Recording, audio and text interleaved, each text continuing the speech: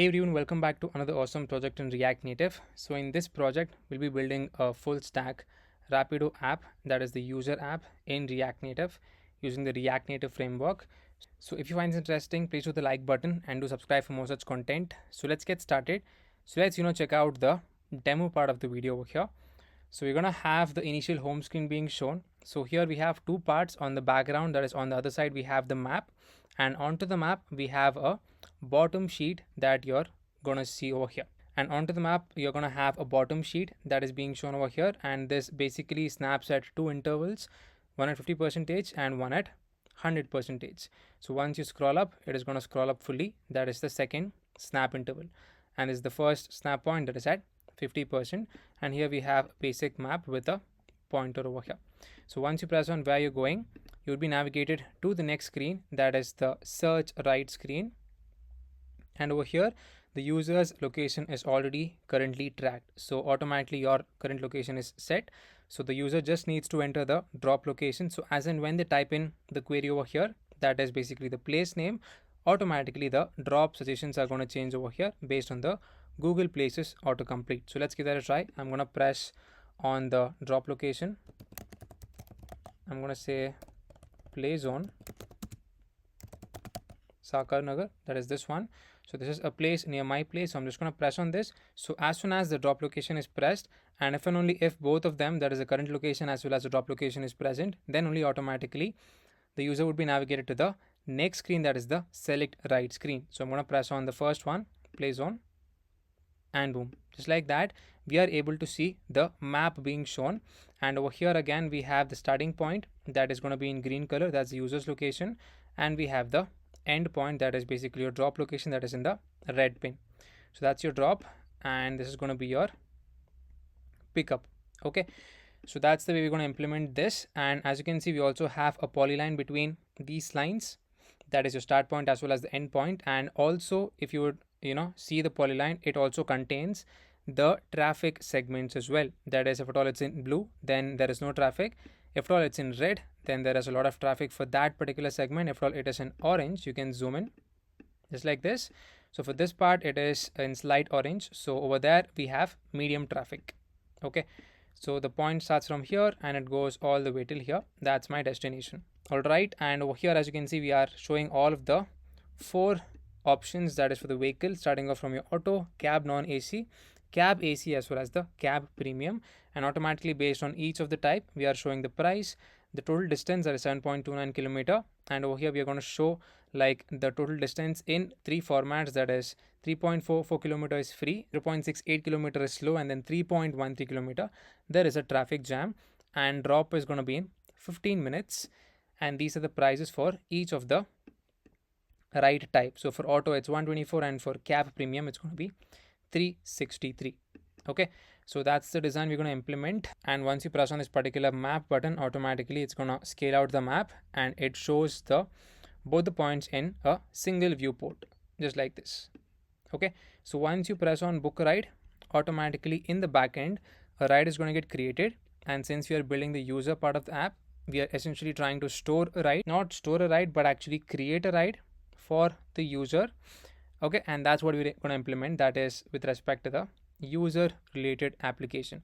So once I press on book ride, automatically the ride is going to get created, and we're going to search for the rides. That's what is going to be done. So I'm going to press on book ride. Okay, so it says please select a ride type. I'm going to choose auto, and boom, just like that we're going to show this kind of unique animation which looks good on the screen. And over here it says cancel search. So by now automatically the ride should have been created in the backend, and we're going to store all of the rides. Okay, that's it. So once you press on cancel search, automatically the search is going to get cancelled, and that's it. Okay, so we're going to implement this much in this particular application. And obviously we have the login screens as well as the register screens as well for logging in as well as the registering of user, and we'll be making use of your Axios interceptors as well as TAN-stack query for implementation of all of these endpoints. And we're going to use the MongoDB as backend for this particular project. So if you find this interesting, please hit the like button, and let's get started the project right away. So before we move further, if at all any of you are looking to level up your career in tech or explore trending fields like data science, generative AI, cybersecurity, or even more, well, I've got something really exciting for you. So I'll be explaining about Techies Hub. So this is a platform that offers around 110 plus market demanding courses designed to help you grow in today's tech industry. And the best part is, with just a one-time subscription, you get lifetime access to all of their courses. That means you just pay once and then keep learning forever. That is no expiry. So you can choose to access the entire platform, or you can go for bundle package as well, or just pick up a single course, that is whatever works best for you. And each course has around multiple trainers, so you get different perspectives from experts in the field. And every year around 5 to 10 brand new courses are added, and they're completely free with your subscription. Plus you can also join their live classes for interactive learning or study at your own pace with their self-paced courses. So you can check out different kinds of options over here, that is for categories whatever you're interested in, and then you can go through the courses over here. Okay, so regarding the pricing over here, so we have single courses starting at around $4.99. As you can see over here, all of these are single courses, and you can also try to access the entire platform for $9,999. But I've also got something special for you. You can use my coupon code SUJAN20 and you'll get an extra 20% off on any course that you're gonna purchase over here. So if you're interested in learning any of these courses, that is whatever your interest is, you can check out the website. Link is in the description. So what are you waiting for? You can sign up today for a free demo as well, and you can even preview the course syllabus before you buy the course through all of the attached PDFs on their platform. And you can try to purchase, or first of all check out the course you're interested in, and do not forget to use my code, that is SUJAN20, for that sweet 20% discount. So you can try to upgrade your skill set over here by trying to learn a course. And if you want to buy all of the courses, it's going to be for $9,999. So if you want to buy a course, let's say you enroll a course over here, you can preview the course or add to cart. So once you add to cart, you can enter the coupon. You can say SUJAN20 and you can just say apply and continue. So that would be applied. And once you check out the cart over here, your discount should be applied along with the coupon code, whatever you have used. Okay. So yes, that's it. So let's continue with the video. So now the first step is to create a fresh new React Native project. So let's go do that. So currently I've opened up my VS Code and I'm going to go into my build folder. Inside my terminal, I'm going to say cd build. So instead of my build folder, all of my projects are present. So here I'm going to execute npx add React Native community /CLI init your project name. In my case, I've given Rapido app, and I'm going to use a specific version, that is 0.79. I'm going to press on enter. So it says okay to proceed. I'm just going to press on yes over here. So this should initialize a fresh new React Native project for us, and it's going to take in a couple of minutes. So once that is initialized, we're going to go into the project directory and then look into all of the different file structure. So let's wait for a couple of minutes. So as you can see, it says downloading template, and it's currently installing the dependencies. So now it's asking, do you want to install Cocoa Pods now? So by default, the option would be set to no. I'm just going to press on enter for this step. And there you go. It has, initialized the project for us. So these are some of the run instructions for Android. So we need to go into the project directory and then run npx React Native run Android. And these are some of the run instructions for your iOS. Okay. Again, we need to go into the project directory, specifically your iOS directory. Then we need to install the Cocoa Pods. Then we need to run the npx React Native run iOS command. Okay, let's do that. So currently in my case, we have a iOS simulator. So we're going to follow the steps for this. So for Android users, you can directly go into the project directory, run the command, that is npx React Native run Android. So I'm going to say file over here, open folder. I'm going to go into my build folder and then Rapido app, open. Okay, so this is all of the files, all the file structure that is present towards the left hand side. That is what React Native gives us once when we initialize a fresh new React Native project. All right, so here initially I'm going to pass in some compiler options, and I'm going to say module resolution, and I'm going to set it to be node. Okay, so let's come back to app.tsx. So this is the main entry point as of now. So if at all I try to run the application, so whatever is there within the return block, that should be shown onto the screen over here. So that's the first step. Let's try to run the application. So before that, we need to follow the instructions that were given previously for iOS. So terminal, new terminal, let's head over to iOS folder. I'm going to say bundle install, enter. So let's wait for this command to complete. It's installing all of the required dependencies. All right, so this is done. So now I'm going to say bundle exec pod install, and I'm going to press on enter. So this again is going to take in a couple of minutes depending upon your network. So, let's wait for 2 minutes and then let's try to, execute the application, that is by doing yarn iOS. So let's wait for the commands to complete. So there goes installing all of the things, and it says generating the pods project. All right. So yeah, this step is complete. I'm just going to do a pod install over here. And after this, I'm just going to run the application. Okay, this is almost done. And I'm going to press on a new terminal. And I'm going to say yarn iOS. And I'm going to press on enter. So this should open up the launch packager command prompt. And there you go. As you can see, it says info found Xcode workspace, Rapido app, Xcode workspace. Okay. And it has founded the booted iPhone 16 Pro, and it's currently building up the application. So let's wait for this to build the application. So it's going to take about, let's say, 5 to 10 minutes depending upon your network. And once that is done, essentially whatever is there within your return block, that should be shown onto your simulator screen, right?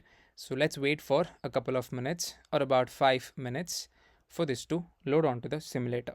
So this step is almost complete. So as you can see, it says launching the application onto the simulator. So yeah, let's wait for that. So there you go. It's bundling up all of the code. And in just some time, we should be able to see the output over here. So there you go. So this is the starting point of our application. So essentially whatever is there within your return block, that is being shown over here as we discussed earlier, right? So now let's start, designing the home screen. So before that, let's look into the design of the home screen. That's going to look something like this. Okay. So we have a map over here on the background, and over here we have a design of a bottom sheet that can, snap at 2 points. One is at 50% and one is at 100%. So if you would scroll this up, it is going to go to the top of the screen covering the map. All right. And once you press on where are you going, you would be navigated to the next screen, that is your search screen, where you would enter the location where you want to go, that is your drop location. Okay. So apart from that, the final screen is your book screen. So we'll be implementing this much in this particular project, as well as the login and logout functionality too. Okay. So starting off from the starting point over here, first of all, we're going to use Tailwind CSS, that is native wind, as well as your TypeScript for initializing the code. Okay. So we need to, initialize two things: React Native vector icons, as well as native wind into the application. And we need to set up some folders that we're going to use over here. So let's first of all create the folders. I'm going to create a root folder that is known as src at the root level. I'm going to press on app.tsx, new folder, src. Within that, I'm going to have in my contexts, furthermore, my screens, then let's say utils. Then apart from that, we're also going to have, let's say, your navigation. So I'm going to say navigation over here. Then we're going to have components as well. So again, press on src, new folder over here. I'm going to say components. Then we're going to have your utils. Yeah, utils is already present. Yeah, so that's it for now. Let's try to, initialize native wind into the project. Come back to Chrome over here. I'm going to search for nativewind.dev. Let's press on get started. So since we are using a framework-less, that is, we're not using Expo framework basically in this project. So let's press on the second option, that is framework-less. And I'm going to try to install native wind. So go to yarn over here and then try to copy all of this code and come back to the terminal. Let's try to paste that over here. Okay. So once that is done, we need to do the pod install to finish the installation of React Native Reanimated. Then we need to set up the Tailwind CSS file. So copy that down. Let's create a tailwind.config.js onto the root of the application. So I'm going to say tailwind.yourconfig.js. Just try to paste this code over here. And I'm going to replace this with, my particular folder structure, that is src screens, src components, as well as src navigation. Let's try to save the file. Let's come back over here. And we need to include the Tailwind derivatives. So copy that down and create a global.css file. on the root of the application. So again, app.tsx, I'm going to say global.css and then save the file for that. So the next step is to add the Babel preset to include the native end package. So copy that down. Let's head over to babel.config.js and then onto the last part in the array, add in this package that is native end /Babel. Okay, so we need to modify the method.config.js. So let's do that. So I'm going to come back over here and then I'm going to paste in the code that is with the applied changes to our metro.config.js. Add in just like this. Okay, here try to include with native wind that is going to come from the package and then save the file. So that's pretty much it. The next step is to import your CSS file and then we can test this out. So here I'm going to say pod install. I think we need to get one error for React Native worklets. Yeah, probably that is the one. So try to install that package. So include that. Copy that down. And here I'm going to say yarn add React Native worklets. That's required to, make the React Native reanimated work. So yeah, we need to install that. Apart from that, I'm going to say pod install over here, enter.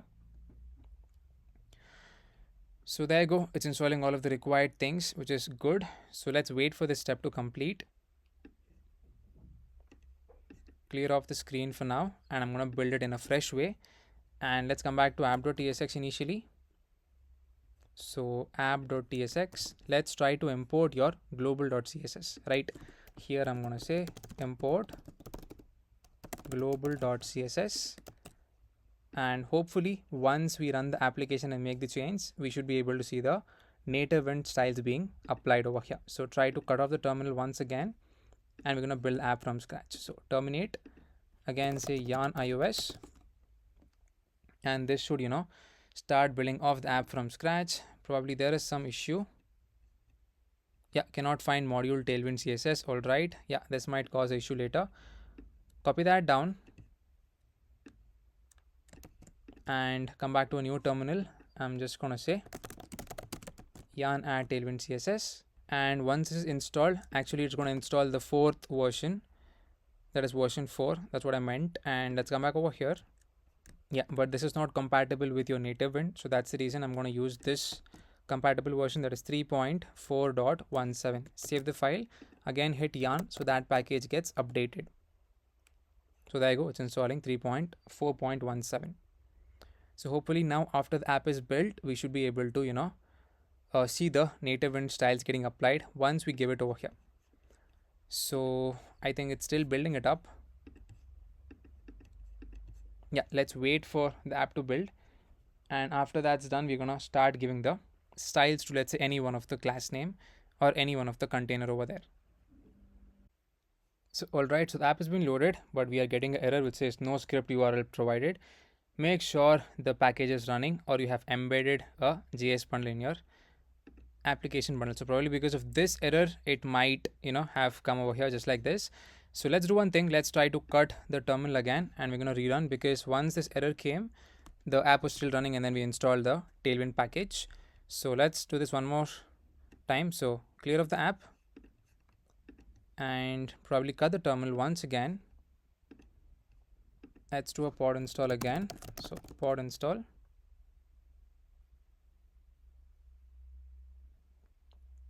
And once that is complete, we're gonna, run the step again, that is yarn iOS over here. So here I'm gonna say yarn iOS. So let's try to press on enter, and again let's try to follow the same steps.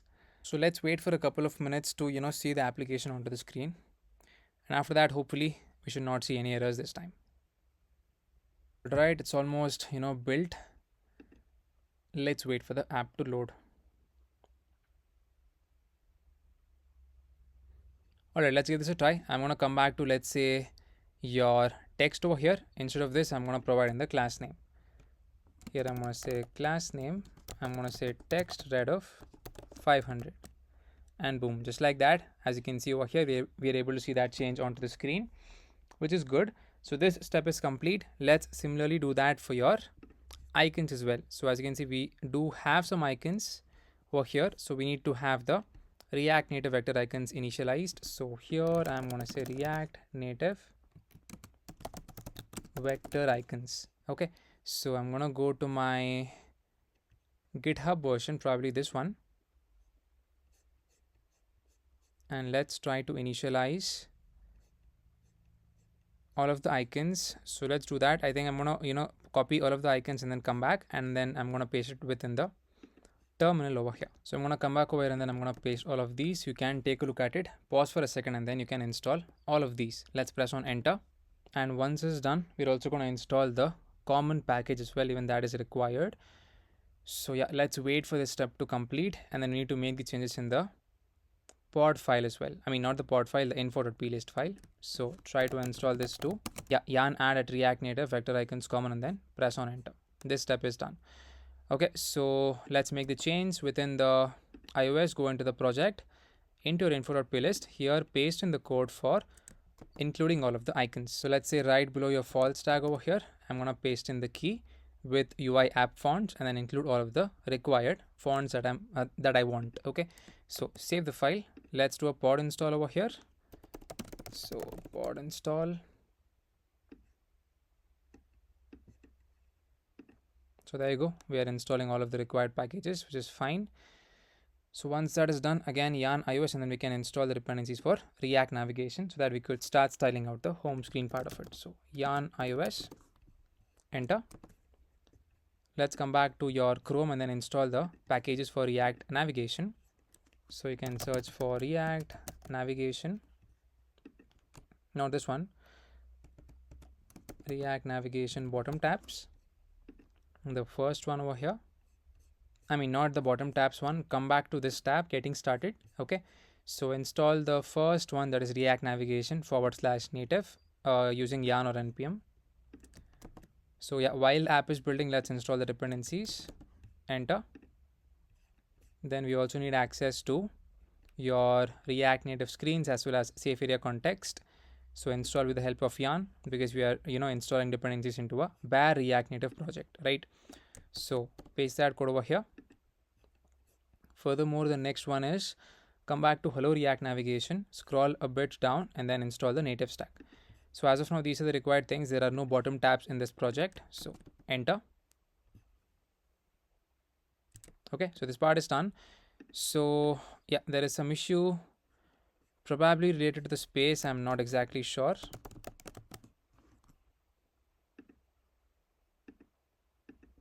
I need to check the space on the Mac. So let's give that a try once. Hopefully at least some space is present. Yeah, we have 14 GB, so not sure why we are getting that issue. Let's try to cut the terminal once. Again, I'm going to do a fresh build. Let's do a pod install.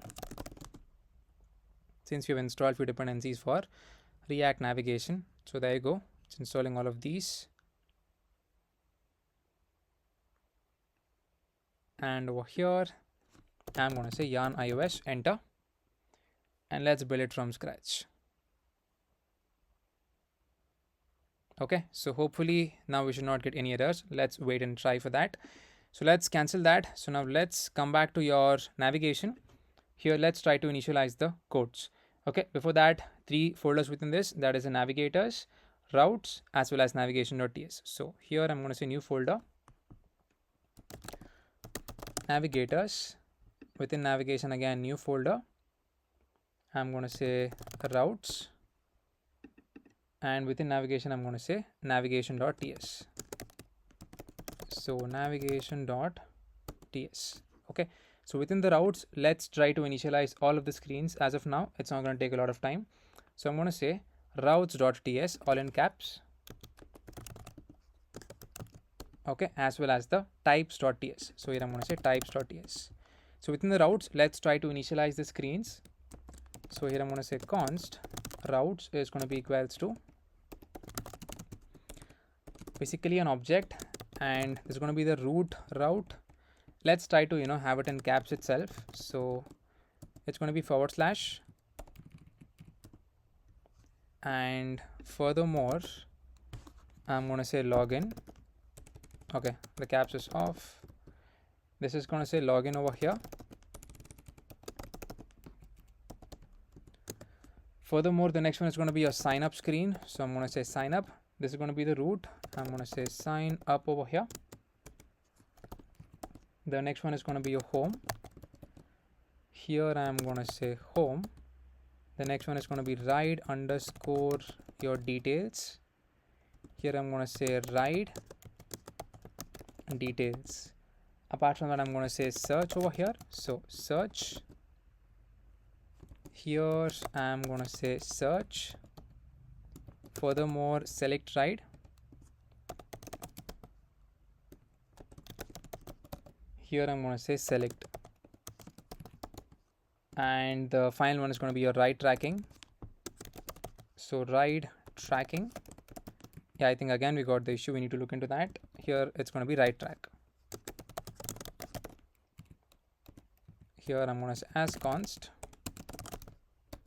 and export the default route so that we can use it wherever we want in the other screens. Okay, so let's look into that. I think after making the change in the info.py list, it is erroring out, right? So let's see where exactly is the issue. iOS as well as your info.py list. Or let's actually check out the documentation. If at all I've missed a few steps over here.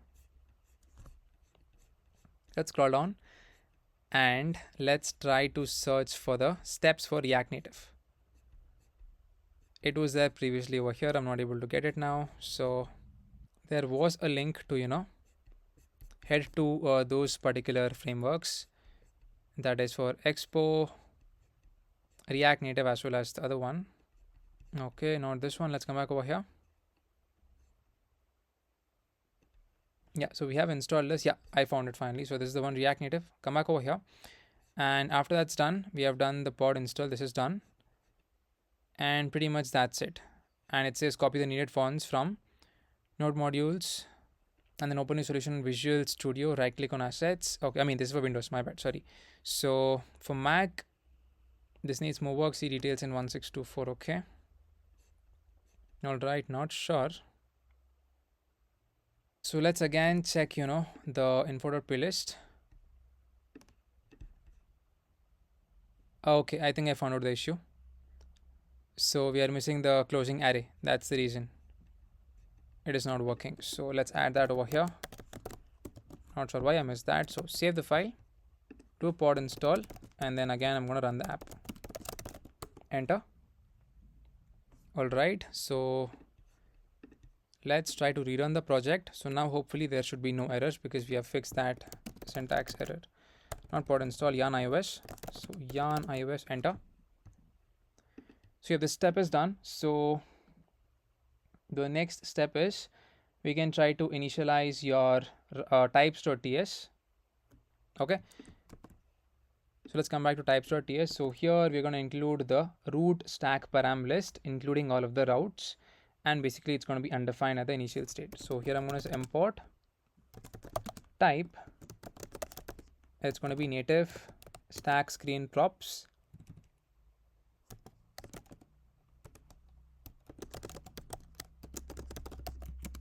Here I'm going to say from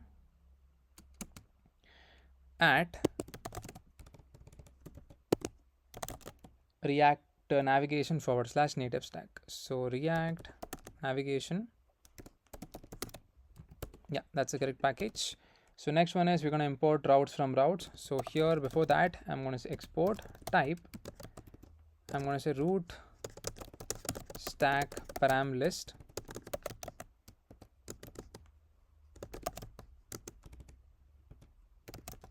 Is going to be equals to, starting off from your first one, I'm going to say routes, import that dot your root. Okay, so initially pointing to undefined. Similarly, we're going to do that for all of the screens that we just defined. So routes dot your login, undefined. Furthermore, your next one, that's going to be your routes dot your sign up. Yeah, so there you go. It's currently installing. So no issues, which is good. So undefined over here. Finally, your routes.home. Again, undefined. Furthermore, your routes.ride details. Even this would be pointing to undefined over here. So apart from that, the next thing is going to be for your, okay, I mean for the write details, is going to have a write ID basically. Here I'm going to say write ID, that is of a string. Then the next one is going to be for your routes dot your search. This will undefined. The next one I'm going to say routes dot your select write. Okay, my bad, wrong spelling of routes. So that's the reason it's erroring out S over here. Okay, so the next one is going to be for your routes to select write. That is again going to be undefined. And here I'm going to say your routes dot your write tracking of undefined. So here let's try to define, I mean not define, export the required things. I'm going to say export type your root stack screen props. So root stack screen props. Here I'm going to say extends your key of your root stack param list is going to be equals to your native stack screen props, and we're going to pass in the root stack param list as well as the t. So here I'm going to say is going to be equals to your native stack screen props containing your root stack param list as well as the value. Okay, that's it. Let's try to format once over here and then let's try to save the file. This step is done. So within your navigation.ts, or before that within the navigators, we can access the root navigator.ts. So let's initialize that. Here I'm going to say root navigator.tsx rnfes to get the shorthand code snippet. Let's try to save the file. Okay, so here initially we're going to initialize the stack. I'm going to say const stack is going to be equals to your create native stack navigator. This is the one. Import that correctly. And here I'm going to use the is authenticated. So I'm going to say const is authenticated is going to be equals to, as of now, false, I mean true. So once we initialize the auth context, we're going to make it look dynamic. Okay. So yeah, that's it. And here we can try to add in the navigation containers. And if at all the person is authenticated, we can show the home screen, search screen, as well as the selected write screen within a stack. Else we can show the auth stack navigator. That's second navigator we're going to have. So navigators, new file, auth stack navigator .tsx rnfes to get the shorthand code snippet, and then let's try to save. So yeah, this part is done. So over here within the root navigator.tsx, let's try to initialize the navigation container. That's important. So navigation container, import that from React navigation as such. Within that, having a main stack.navigator. Not this one, stack.navigator.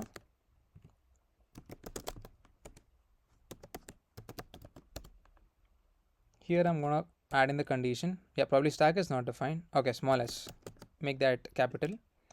Here if is authenticated is true, then the person can see all of these screens. That is the home screens and all of the other screens. Else they need to, see the auth stack navigator. That is the login and sign up screens. So here I'm going to make use of a fragment initially. Okay. I'm going to have in my stack.screen. Here I'm going to have in my name, that is going to be equals to your routes dot your home, and the component to render is going to be home screen. Let's create the screens as of now. That is all the screens that we're going to use within the application. So the first one is going to be home screen.tsx rnfes to get the shorthand code snippet. So to get all of the shorthand code snippets, make sure you have installed ES7 within your system. So come back to the extensions tab over here, and you can try to install this one, that is ES7 React Redux or React Native snippets. Okay, so this would help you enter or give all of the shorthand code snippets while writing the code. So this part is done. Let's try to create the new screen, that is your search screen as well as select write screen. So search screen.tsx rnfes and then save. The next one I'm going to say select write screen.tsx rnfes to get the shorthand code snippet, and then let's try to save. Let's come back to root navigator TSX. Here we need to pass in the component to render. So I'm going to say component that is going to be equals to home screen. Import that. The next one again stack.screen. Let's try to copy that down a couple of times. This is going to say routes dot your search. Component to render for this one, it's going to be equals to your search screen. Import search screen from the screens folder just like this. The next one is going to be for select ride. So routes dot your select ride. Component to render, it's going to be equals to select ride screen. So I'm going to say select ride. So let's also try to define two more screens, that is your login screen as well as the sign up screen that is required. So screens over here, I'm going to say login screen.tsx, rnfes to get the shorthand code snippet, save the file. Similarly, sign up screen.tsx, so rnfes and then save. This part is done. So here let's try to initialize your auth stack navigator. Okay, let's come back to auth stack navigator.tsx. Here let's try to first of all lazy load the login screen as well as the sign up screen. So onto the top over here, I'm going to say const login screen is going to be equals to, I'm going to say lazy, import that from React. Okay, and here we're going to load the screen over here. Go into the screens, go into your login screen. Similarly, const sign up screen is going to be equals to lazy. Okay, I'm going to say import over here. Again, similar steps, go into your screens, access your sign up screen. This part is done. Again, let's try to initialize the stack. I'm going to say const stack is going to be equals to create native stack navigator. Okay, so this part is also done. Alright, so the main reason we are trying to implement the react.lazy is it basically, helps you dynamically import a component instead of bundling all of the main.js bundle in the initial part, right? So this means basically that component code is only loaded when it's actually needed. That is when the user navigates to these particular screens, that is either login screen or your sign up screen. So this is kind of called your code splitting process. Okay, so let's say when the app starts, your login screen and sign up screen are not actually downloaded immediately, and only when the user navigates to these specific screens, only then that particular code is downloaded and then it is shown onto the screen. Yeah, so in this case, basically when the user navigates to your routes.login or your routes.signup, React will dynamically run that particular import, that is with respect to this one, and it fetches the component code and then it shows onto the screen. So until that particular import is finished, so React will render basically the fallback you provided. We need to use something known as the suspense, that will be using it right over here. So that's the basic understanding of the lazy loading. That's why we have used that for these two screens. So let's try to initialize the auth stack navigator, and here, as I told, we need to initialize the suspense. So I'm going to say suspense. This is going to take in a fallback basically, which we're going to provide null.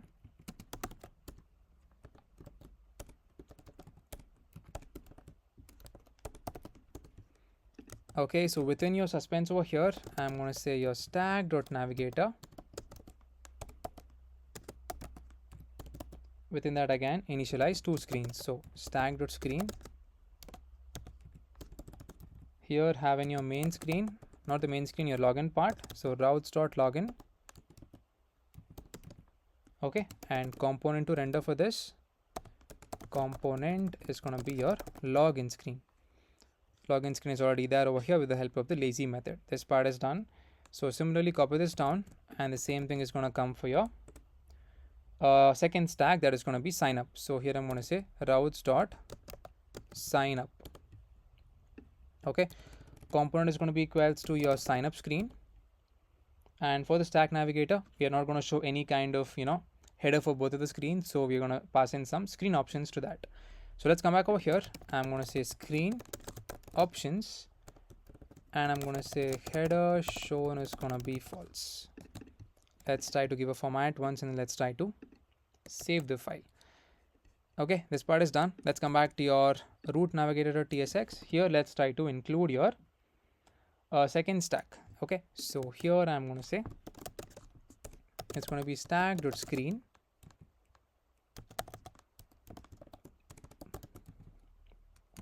Here name, that is going to be routes.route, not route, root, and then component to render is going to be your auth stack navigator. That's it. Let's try to format once and then let's try to save the file. So let's come back to your app.tsx over here, and then we're going to try to render your root navigator instead of the code that's being rendered over here. Come back to app.tsx, as I said, remove everything within the view, and here I'm going to say root navigator from the source folder. Let's try to save the file. Alright, that's weird. Cannot read display name of undefined. Not sure why we're getting that. Let's try to do a pod install once.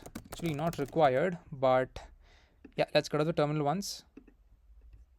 Okay, so I found out the issue. It's very simple. Like we have to enter the capital S. That's the reason it's giving cannot read property display name of undefined. So make that change.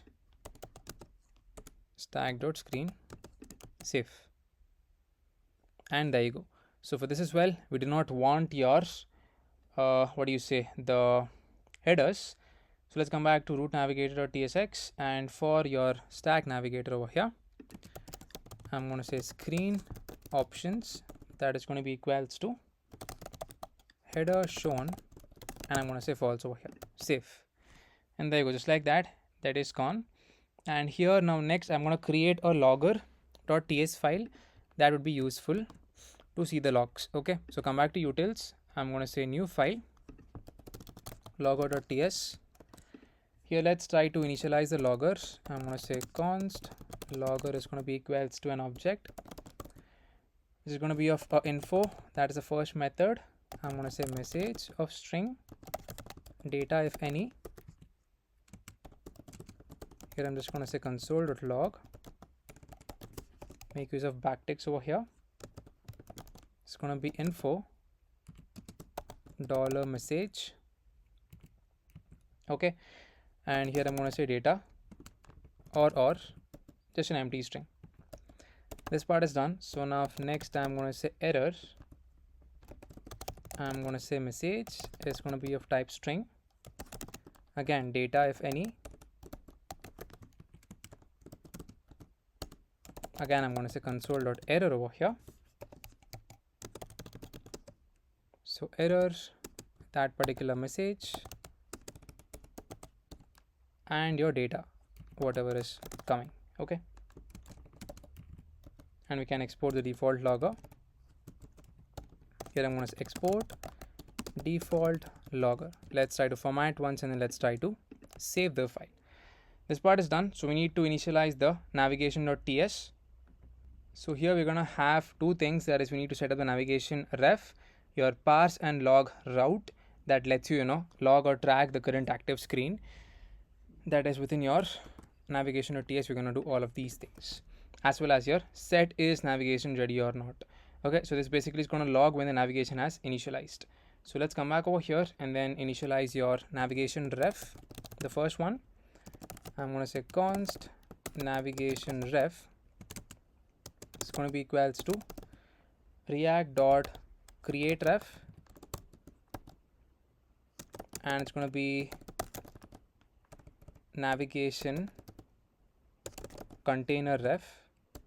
Okay, here I'm going to pass in your root stack param list. All right, make sure to import react from react. Yeah, so we have set up the navigation ref, that is the first part. So this basically creates a ref to our navigation container from the React navigation. We need to pass this as a property to the React navigation, basically your navigation container. Okay, so it lets you control your navigation outside of the React components. Let's move on to the next one. That is going to be your parse and log route, which is going to log the required details. I'm going to say export function parse and log route. You're taking the state, that is going to be your navigation state, or it's going to be undefined initially. Here I'm going to say if not of state, then in this case we can directly say return, not required to execute anything. Furthermore, I'm going to say const your route comma your index, routes comma index is going to be equals to state. Here I'm going to say const current route is going to be equals to your routes of your index. Here I'm going to say logger, import that, access the info method, and here I'm going to say current route, and we can pass in the name, that is going to be current route dot name. Okay, so apart from that, we're going to pass in the parameters if any. I'm going to say params current route dot params. That's it. So here this is your second function, that is parse and log route. Basically takes in the current navigation state, extracts two things, that is your routes and the index from the state, and it finds the active route and it logs the active route's name as well as the parameter over here. So final step is your set is navigation ready. So this simply logs when the navigation container is ready or not. So I'm going to say export function set is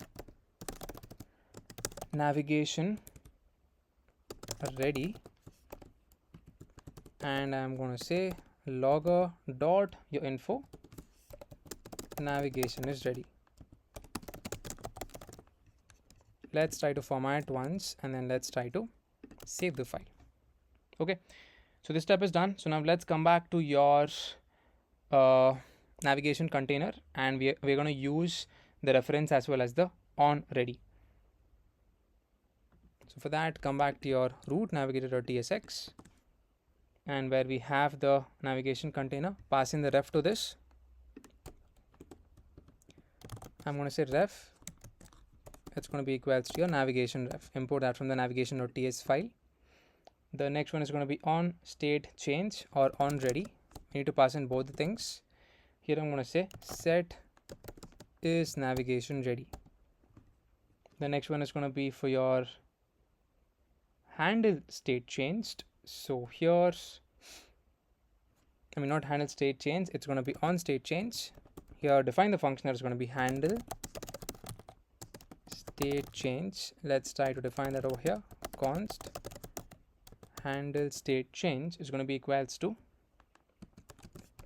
it's going to take in the state, that is your navigation state. I'm going to say navigation state over here or undefined, and we're going to make use of the logger. Import that dot info. I'm going to say navigation state is changed. Here pass in the two things, your state as well as the is authenticated, and I'm going to say call the function that is parse and log route of the state. So you can see the logs. So let's try to format once and then let's try to save the file. Okay, so now we can start looking into the design of your home screen. That's going to look something like this, as I initially said. So here we're going to have your bottom sheet, and we're going to have the map that is going to be present within the background. So here we're going to install something known as the Gorham bottom sheet. So let's come back to Chrome and search for Gorham bottom sheet, and the first one, the GitHub version. Scroll down, install with the help of yarn. Yeah, this is the one. Try to install this package, that is Gorham bottom sheet. Come back over here and let's try to add in this particular package.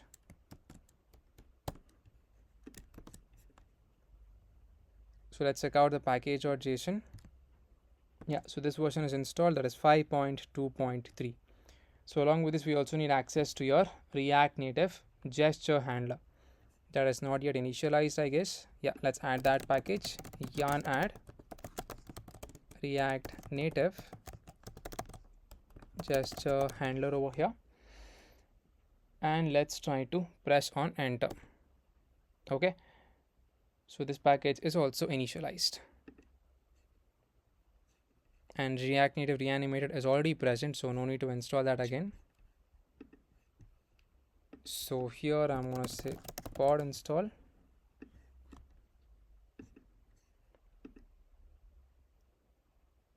So there you go, it's installing the package React Native gesture handler.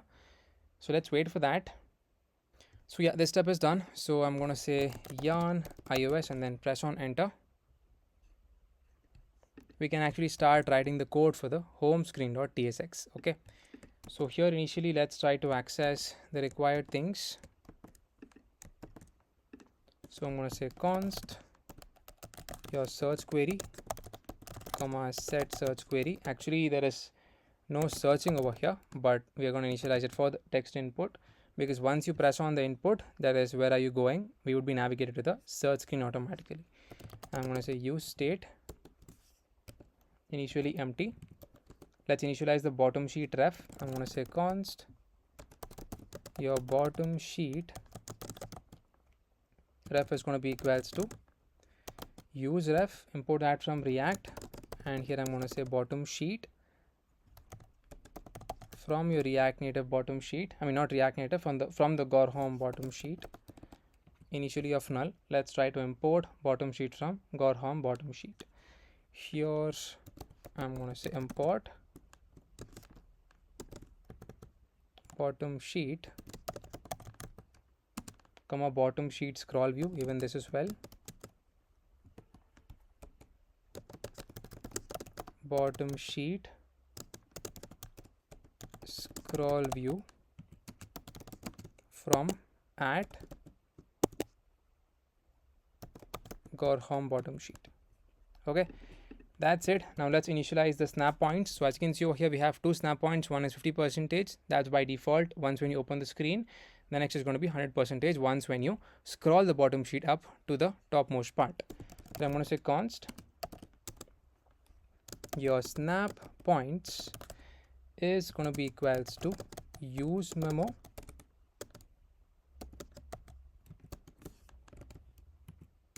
and here pass in the values 50% as well as 100%, and it's going to have an empty dependency array. Save. Yeah, so hopefully the app is launched, so there should be no errors. Let's give that a try. Yeah, there is no errors, which is good. So now we also need one more component, that is your React Native maps. So we also need to install that package as well. So let's try to come down to the terminal, and then I'm going to say yarn add React Native maps. Let's press on enter. And I think again we need to do a pod install. So pod install, enter over here.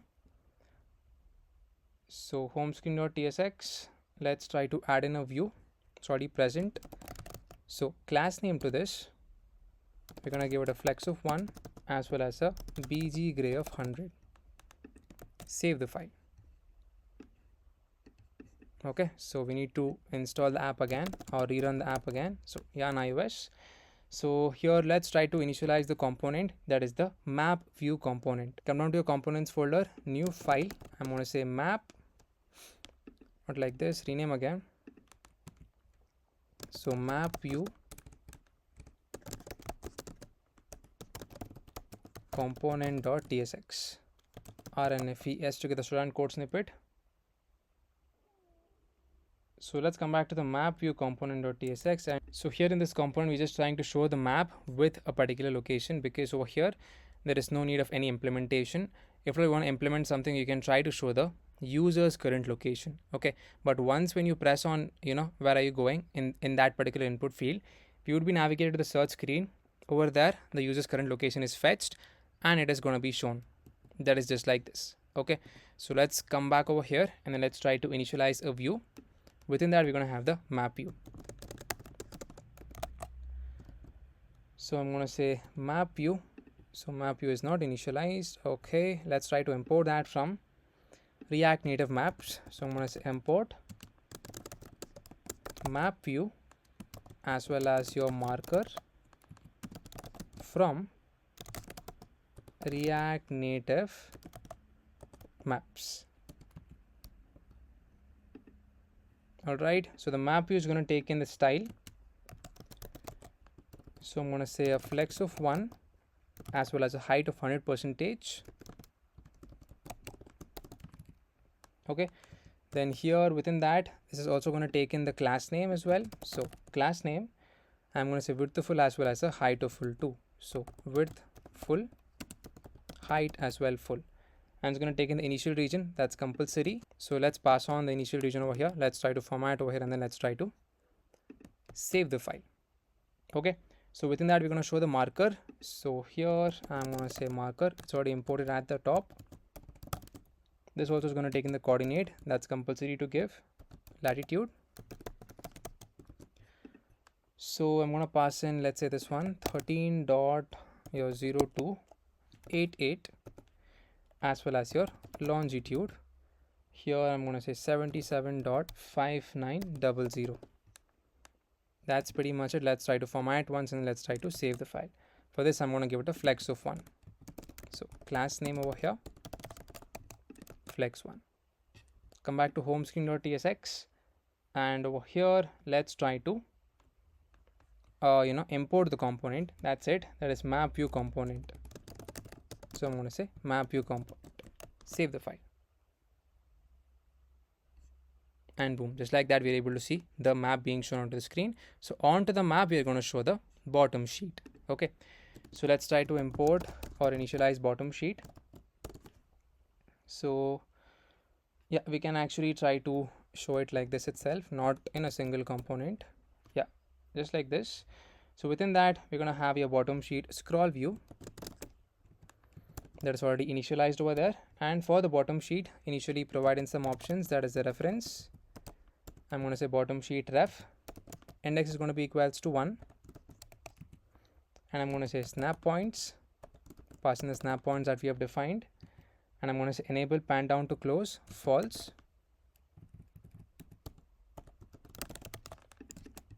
Let's format over here. So the next prop is going to be your background style. So I'm going to say background style. This in turn is going to take in the object. I'm going to say bg color. You can pass in the color, or we can skip it for now. We can keep it as white itself. The next one is going to be your border top left radius. So border top left radius, not color, left radius, that's going to be 20, as well as border top right radius. So border top right radius, that is also going to be equal to 20. The next one, that is the handle indicator style. I'm going to say handle indicator style. I'm going to pass in the background color for this. It's going to be hashtag D1, D5, as well as DB. That's pretty much it. These are the options for the bottom sheet. Within your bottom sheet scroll view, we need to have the top row with the menu plus the search. That is something like this. So here I'm going to have in a view. This in turn is going to have one more view. Here we're going to have the search bar design, that is over here. I'm going to say search bar. Yeah, so probably we need to initialize one more component for this, that is the search bar.tsx. Let's try to add in the component for this. So come back over here, components, search bar dot tsx, rnfes to get the student code snippet, and then save. Here let's try to initialize the navigation. I'm going to say const navigation is going to be equals to use navigation. So here we're going to have a pressable basically. So pressable. Within that I'm going to have a text input. So I'm going to say text input. Okay, I'm going to have in the class name, it's going to have a conditional styling, or we can just directly pass it just like this, flex of 1, a text of base, and I'm going to say text gray of 800, and we're going to get in the props over here, that is the value, on change text, as well as the placeholder.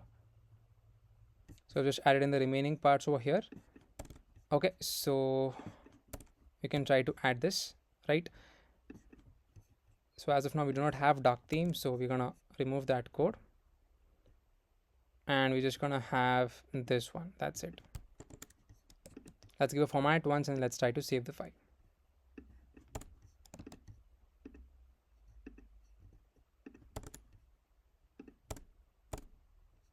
All right, so even over here, just this one.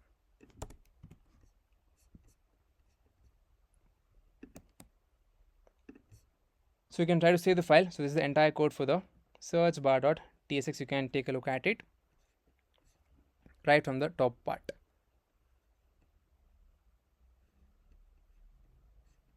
Okay, that's it. Let's come back to home screen.tsx. So here I'm going to import the search bar component from the components folder. This in turn is going to take in two things: value, that is going to be equals to search query, on change text, it's going to be equals to set search query.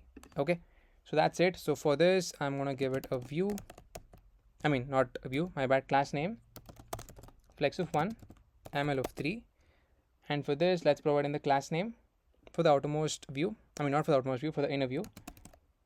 So class name, it's going to have a width of 10, height of 10 as well, rounded is going to be full, a bg of white, items of center, justify center, shadow, save.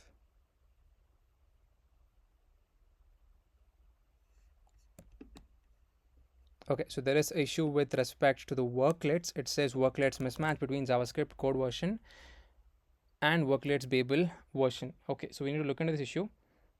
So in my previous project, it was using 4.1, that is 0.4.1.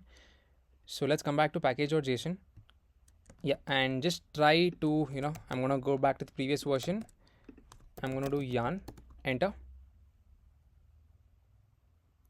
I'm going to try to reload the app once and hopefully let's see if at all that was the issue.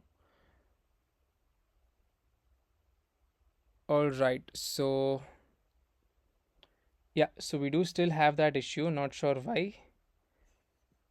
And as of now, these are the required packages. There are no new packages that I've installed. Okay, so let's do one thing. Let's do a pod install once. Remove this. And I'm going to rerun the project once again. Let's give that a try. Okay, so cut the terminal. I'm going to say yarn iOS and then let's try to run this. So hopefully once the app is loaded, let's actually check if at all that was a correct issue, that is with respect to the version, or yeah, let's again try to debug whatever error comes. So let's wait for some time for the app to load onto the screen. So it's currently launching the app, so let's wait for the app to load. Let's see what exactly is the issue. Alright, yeah, it is giving the same issue. It says worklets errors, mismatch between JavaScript code version and the worklets Babel plugin. Okay, so yeah, let's try to look into this issue. So let me check my React Native reanimated version, that is 4.0.2. yeah, even in my previous project it is 4.0.2. for gesture handler also it is correct, 2.28.0. let's actually try to Google that error. Not sure why we're getting that. Worklets error, mismatch between JavaScript. Okay,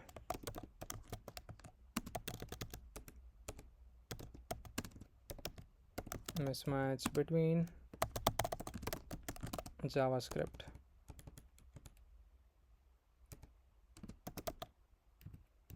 Yeah, let's search for this. So we have installed this, as well as let's check out the version for the Goham bottom sheet. So in my previous one I have used probably 5 itself. So let's say 5.1.8. so I'm going to use that, and then I'm going to say again yarn, so the package gets updated. Let's try to reload the app once. Nope, it is still giving that error. Alright, so finally I was able to solve the issue. So basically I just pressed on the link that was coming in the error block, and it would take you to this particular web page that is with respect to React Native worklets. And our issue was, with respect to this one, that is mismatch between JavaScript part as well as the native part of the worklets. Okay, so okay, not that. I think it was with respect to this one, that is, yeah, mismatch between JavaScript code version and the worklets Babel plugin version. Okay, so yeah, this was a solution, that is, try resetting your Metro bundler cache with the yarn reset hyphen reset cache. So that's what I did, and that's the only step I did. So come back over here, then first of all cut the terminal, and then just try to include this command. Okay, that is yarn reset cache. So it should build up the app, that is after clearing the cache. As you can see, this is the command I executed, and it worked properly fine. Okay, so you can also install 4.0.2 that I've changed over here. Initially it was 4.0.1. okay, so as you can see, we're able to see that onto the screen. That is exactly according to the design over here. So that is looking good. So let's come back to your search bar once, and over here let's make it, for the border, that is this one, border gray it is. Let's make it some other color. Okay, it's not coming because of this one, my bad. Remove that. For some reason the border is not getting changed. So let's come back to your tailwind.config.js, and yeah, components, we do have, this property given, so it should essentially, work, but not sure why it's not working. Let's come back to search screen, not search screen, search bar again. Let's actually give a bg red, and let's see if it's working or not. Yeah, it is actually working, yeah, which is good. So for some reason I just want a lighter border, so border as well as border gray of 300, but here it's a different color. So yeah, let's keep it 100, or let's remove the border once, and let's see if at all it's getting removed. Yeah, it is getting removed. Let's say border red of 400. Oh, okay. Alright, so let's keep this for now, and then once when we implement the full part, we'll try to make this work. So let's come back to home screen. We need to show the next part of the design, that is with respect to all of these. So here we're going to have some hard-coded data being passed in. So that's going to be your recent places. So I'm going to paste in the code over here. I'll be sending all of this in the description. You can take a look at it. Okay. So these are recent places array, which contains an array of objects containing your title, subtitle for 3 of the places, and these are all of your explore options. So right below your view, we're going to show the recent places. So here I'm going to say have in a view, map over your recent places dot map every item as well as your index. Let's try to render a view over here. So this view in turn is going to have one more view. Here I'm going to say view. Okay, so here within that we're going to have 2 pieces of text. The first one is going to say item.title. Below that I'm going to say one more text that is going to say item.subtitle. So save. So there you go, we're getting all of the required details onto the screen. Let's start styling this out. So class name initially for this, empty of 4, and for this I'm going to say class name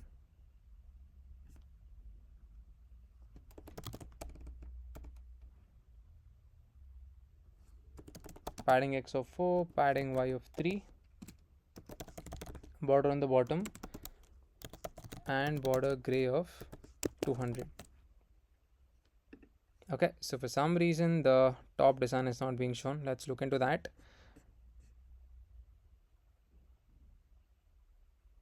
Okay, so here for the view I'm going to say class name, give it a flex of 1 and ml of 3, and for each of the texts I'm going to say class name, text gray of let's say 900, and a font of medium. for this piece of text, I'm going to say class name text gray of 500, text of SM, save.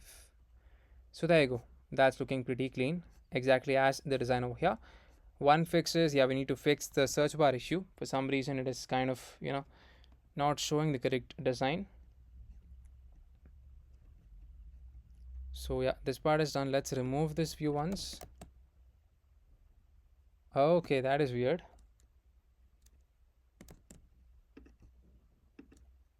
So for the bottom sheet scroll view, I'm going to say content container style,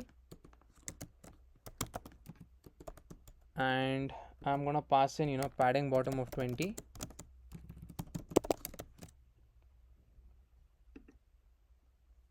Okay, so this is acting super weird. So let's try to save once. Let's try to reload the app. Yeah, so there you go. Now it's working fine. All right. So here I'm going to say key is going to be equals to idx. Let's try to save the file. This part is done. So now let's try to implement the explore section. That's going to look something like this, and this bottom sheet can move to the topmost part just like this, since we have two snap points. One is 100%, one is 50%. Okay, so below the view, I'm going to say another view. We're going to have explore as well as view all design. So I'm going to say text over here, which is going to say explore. Below that, we're going to have one more text which says view all. Save the file. Okay, so let's come back over here. Class name, I'm going to say empty of 5, px of 4. And for this particular view, I'm going to say class name. It needs to come into a row fashion, so flex of row. And then justify of between items of center. For this one, I'm going to say class name text of base and font of semi-bold. Here as well, class name, I'm going to say text blue of 500. So yep, that's looking fine. So now we're going to have your flat list where all of the options are going to be shown. Okay, so here I'm going to say flat list, import that from React Native. This in turn is going to take in your data prop, that's compulsory to pass. That is going to be your explore options, then your key extractor. Take in the item over here, and I'm just going to say item dot title horizontal, and I'm going to say show horizontal scroll indicator. It's going to be equals to false. Alright, furthermore, your render item, this in turn is going to take in your item, and over here I'm going to have in my view. This view in turn is going to have one more view, which in turn is going to have your image. So I'm going to say image from React Native, take in the source, which in turn is going to take in the URI. That is going to be equals to item dot icon. Okay, I'm going to say resize mode is going to be equals to contain, and class name width of 12 as well as a height of 12. Save the file. As you can see, that's looking fine. So below the view, we're going to have a text which says the title. I'm going to say item dot your title. Save. That's looking good. So here class name, I'm going to have a width of 20, height of 20 as well. I'm going to say rounded of XL, BG gray of 100, items of center, justify of center. There you go, just like that is looking fine. So for the outermost view, I'm going to give it some margin, some internal spacing. So MR of 4, empty of 3. Okay, that's looking good. Let's try to reload the app. So there you go, this part is done.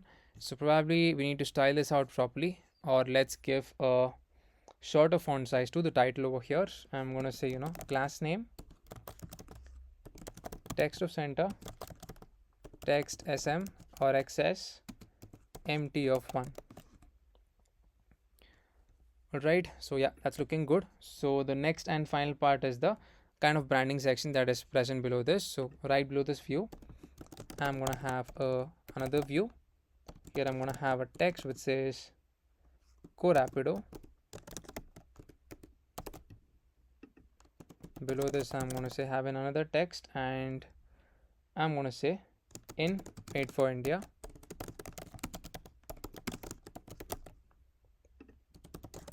And below this, another text which says crafted in Bangalore.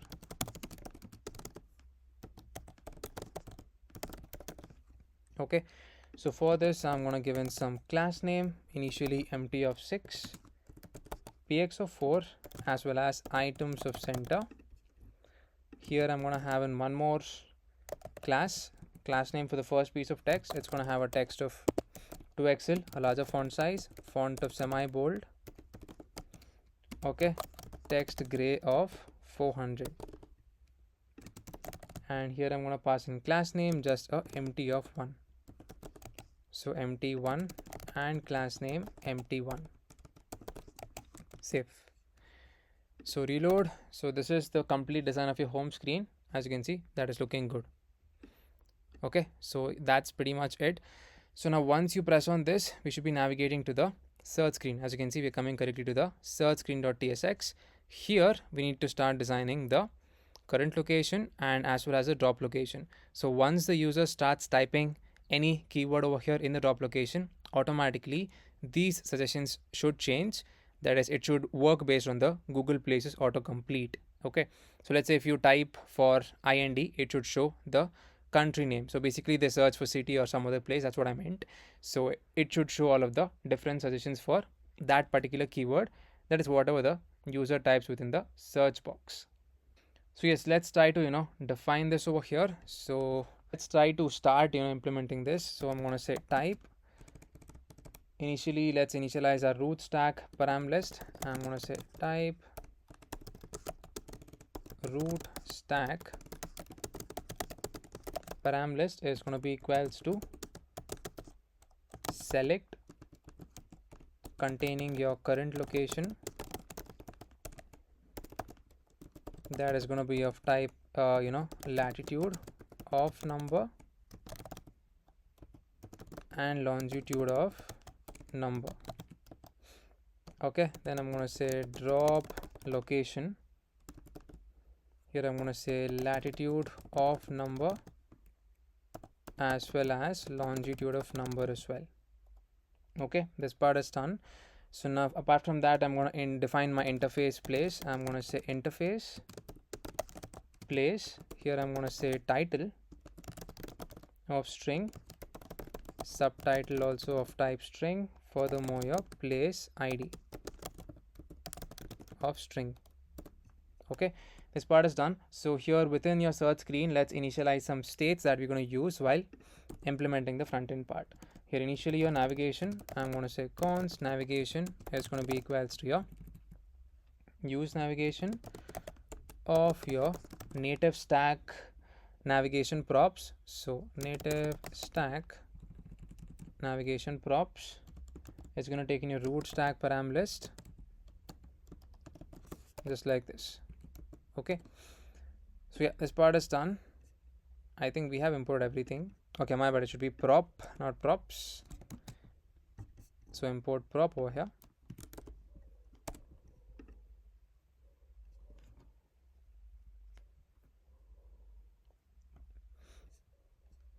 Let's remove that. Let's try to auto import once again.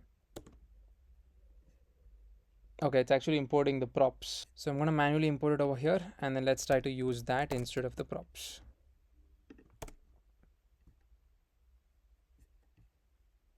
Copy that down, and then we're going to use this. That is native stack navigation prop, not navigator. Okay, so this is your initialization for your navigation. So the next one is to initialize the drop location as well as the suggestions. Here I'm going to say const drop location comma set drop location is going to be equals to use state, initially an empty string, and I'm going to have in my suggestions, I'm going to say const suggestions comma set suggestions is going to be equals to use state of an empty array. Okay, then your pickup location, I'm going to say const pickup location comma set pickup location is going to be equals to use state of type latitude is going to be of number, then your longitude also of number, or it's going to be null initially. Similarly, we're going to have the type for the drop coordinates as well as the set drop coordinates, and essentially it's going to be of the same type, just change the name over here. I'm going to say drop chords as well as the set drop chords. So set drop chords. All right, so now we need access to the user's location in the screen, so we need to request permission, then get the current location. So for that, we're going to install a package that is React Native geolocation service. So let's come back to Chrome and search for React Native geolocation service. Enter the first one, or you can even try with this as well. You can try to implement that too, it should work. So install with the help of yarn. Here I'm just going to say yarn add React Native geolocation service. So let's install this. I'm going to say pod install, and hopefully it should include the dependency. There you go, that part is done. So here I'm going to restart the application.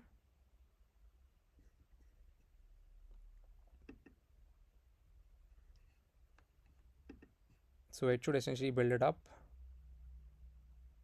Okay, yeah, that's good. So here I'm going to make this a use effect, and then let's try to implement the functionality for getting the current location, then set the pickup location. So here I'm going to say use effect, import that from React as such. It's going to run on the initial mount, so empty dependency array over here, and we're going to initialize the function that is request location permission. So here I'm going to say const request location permission. It's going to be equals to async. Okay, so here if my platform dot my OS is going to be equals to Android, so then in this case I'm going to say const granted is going to be equals to await import permissions Android from React Native dot request of your permissions Android dot permissions dot access find location. As you can see, we have that method, use that. Here check the condition that if at all your granted is equals to permissions Android dot result, not result, results dot granted. If this is true, then that means they have granted the permission. Then here I'm going to say get current location.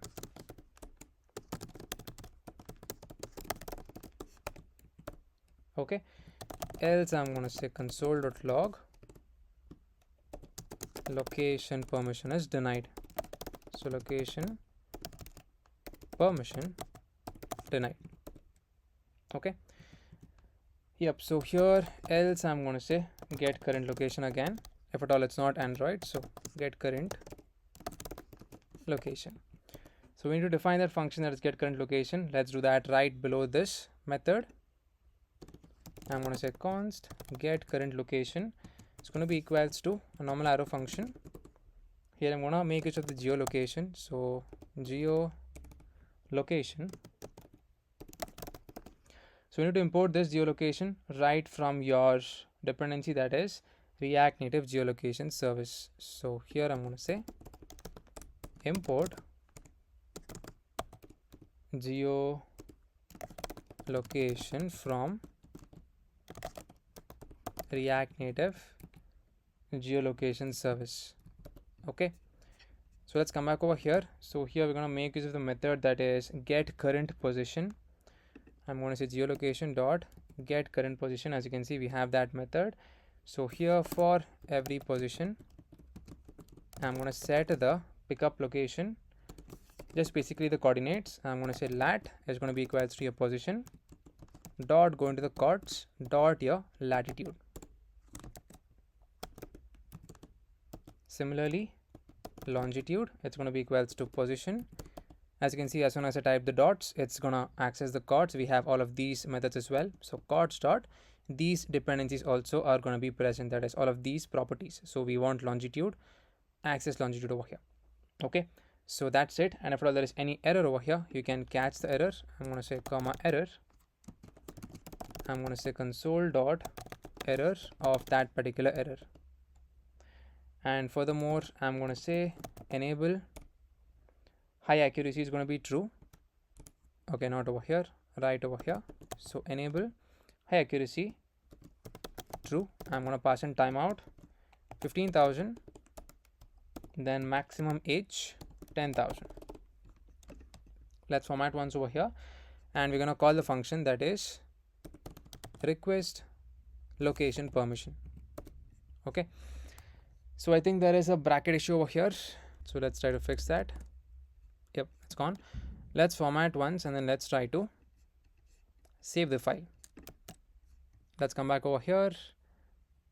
Okay, so we do have an issue. It says new native event emitter requires non-null argument. Okay, minimize. Let's try to reload the app. Probably I need to restart once again. Yeah, we need to restart the app. So clear off that, cut the terminal, and again I'm going to say yarn iOS, enter. So hopefully once when the app loads, we should not see any errors, and once that is done, we can actually show the current location onto the search bar over here. So let's try to wait for the app to load. So let's actually start designing this. So I'm just actually going to remove this. You can make use of your safe area view. So safe area view, import that from React Native, and over here I'm going to have in my class name, I'm going to say class name. This in turn is going to have, flex of 1, apart from that a bg of white. Then here we're going to have the header design, that is basically your back button. So having a view for that. This view in turn is going to have your touchable opacity, import that from React Native. Here we're going to have your iron icons. So probably this is not yet imported. So touchable opacity. So yes, within this, as I said, your iron icons. Here it's going to have a name that is going to be equals to your arrow back. Size remains, or size is going to be 24, and color is going to be equals to black. So I'm just going to go on to the top and then import this icon as well, just like this. Okay, so yes, that's it. For some reason it is not installed, or yeah, that error is gone, which is good. So on press, we're just going to say navigation dot go back. So on press, taking a function, and over here I'm going to say navigation dot go back. Let's try to format once and then let's try to save the file. So this part is done.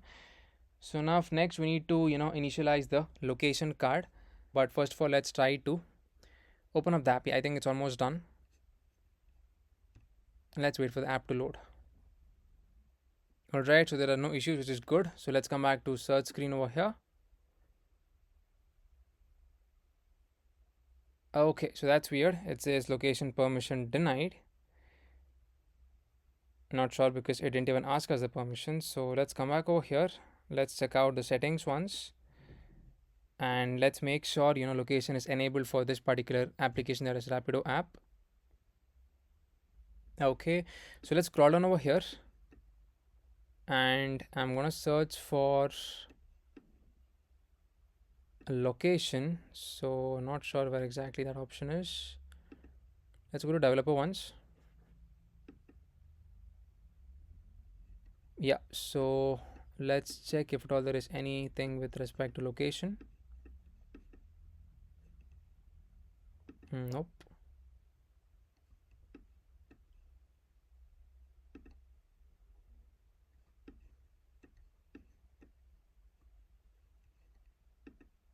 Or let's just search for that. That is better.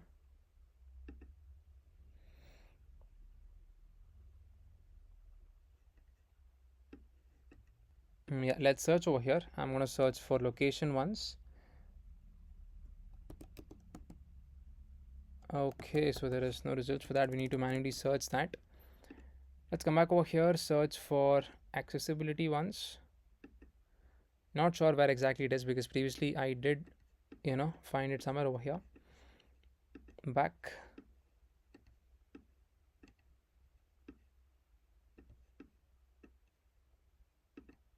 Inside general also it is not present. So VPN and device management.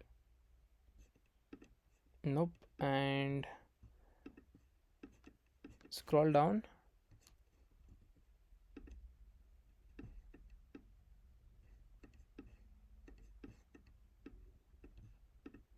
Nope, it's not even there over here. Let's press on search again. Let's check out the app over here. This is our app. Okay, so it is not actually present over here. Okay, let's go to privacy and security. Probably here it might be present. Yeah, there you go, location services. Yeah, so here it's not applied, I guess. Ask next time or when I share. I'm gonna choose it as while using the app. This is our application. Let's come back. Okay, now let's give this a try.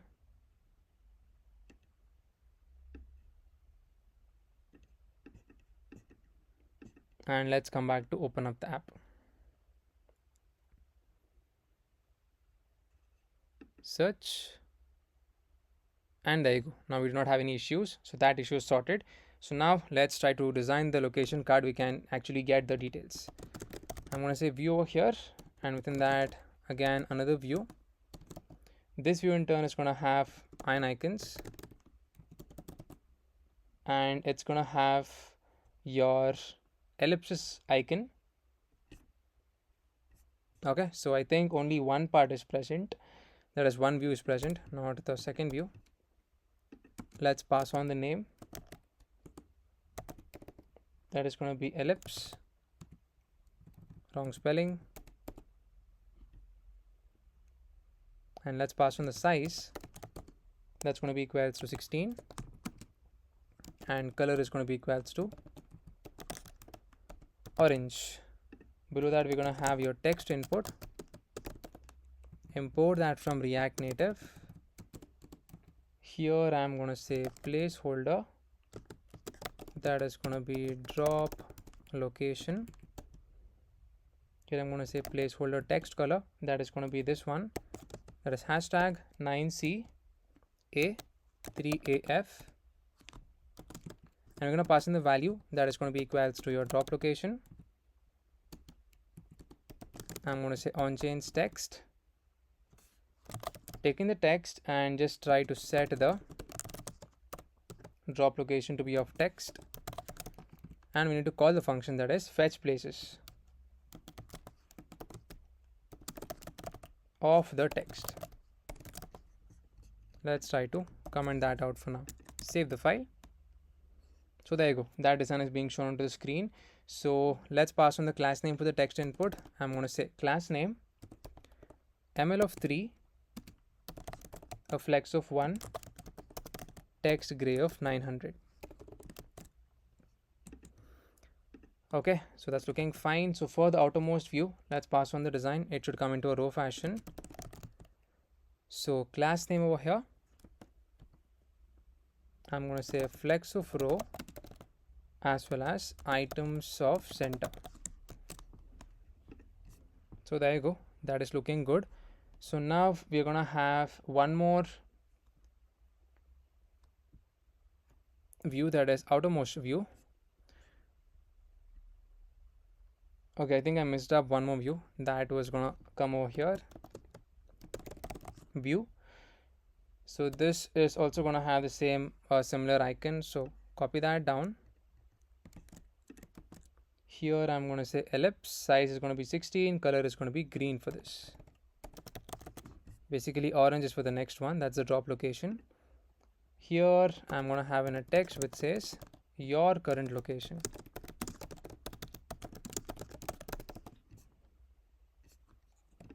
Okay, so this is anyway hard coded, and the details is going to be dynamic itself because we are implementing this one. You can actually try to log the details.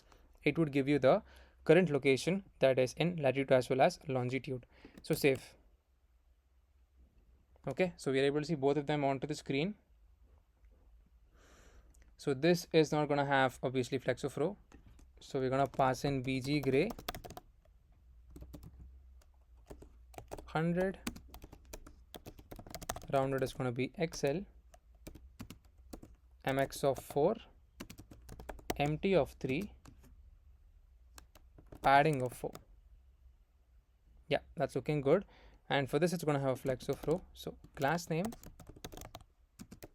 flex row, items center, MB of 3. So for this, let's pass in the class name. This in turn is going to have ML of 3. So ML3, text gray of 900, font is going to be medium. Alright, that's looking good. So apart from that, we're going to have another view that's going to contain these two parts. Copy that down correctly over here, add it over here. So class name, this in turn is going to have a flex of row, items center. Okay, so there you go, that's looking good. Let's try to format once and then let's try to save. So I think for this view we need to provide some internal spacing.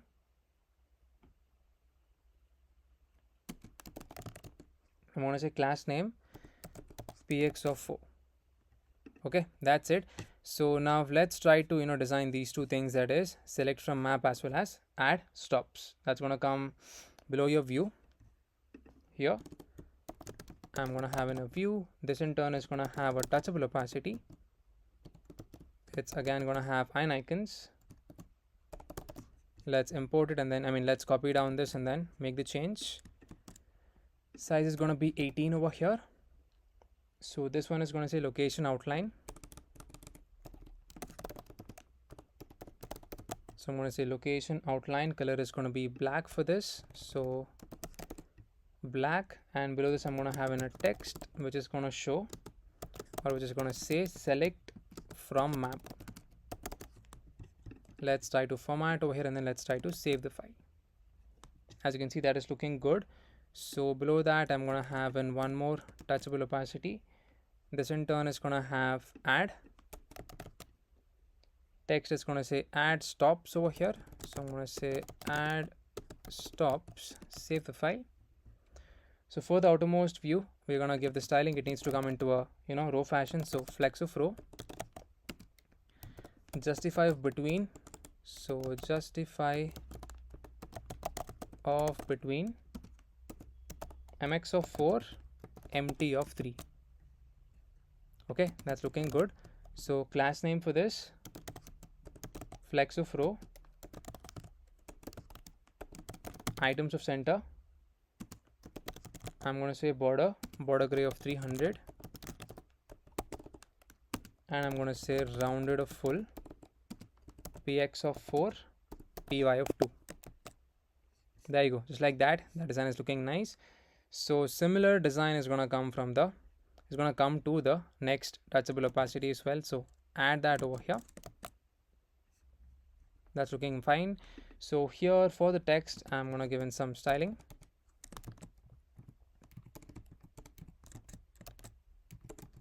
Here class name, initially ml of 2, text of black, save. So same thing for the second one as well. Add it over here.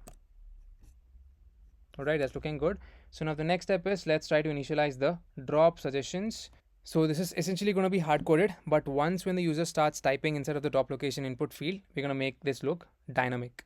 So I'm just going to go onto the top and then add in all of these required drop locations that is going to be of type place. So let's scroll down over here and then let's start to design your drop location suggestions right below your view. That is this point. I'm going to say text over here. I'm going to say drop suggestions. Having a class name over here, I'm going to say class name. This in turn is going to say text gray of let's say 500, empty of 5, as well as a padding x of 4. Save the file. Okay, that's looking good. Initialize a flat list. And over here, I'm going to say data. If your suggestions dot length is greater than 0, then it should be suggestions. Else it's going to be equal to your hard-coded values, that is recent places. Okay. Here key extractor, taking the value as well as the index.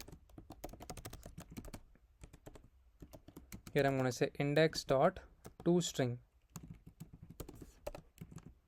Okay, then I'm going to say render item. It's going to be equals to render place over here. So render place. And here I'm going to say show vertical scroll indicator, and I'm going to set it to be false. Okay, so now let's try to define the function that is render place onto the top over here. Let's say over here itself, I'm going to say const render place is going to be equals to item. Here item is going to be of type place, and let's try to render a touchable opacity for this. Within this, we're going to have your icons, that is going to have your time outline icon. So let's try to get it from over here, and this is going to be time outline. Size is going to remain let's say 20, not 16, and color is going to be 6B. So I'm going to say 6B7280. Let's format over here, and below this I'm going to have in a view. Within that I'm going to say text. I'm going to say item.title, then your item.subtitle.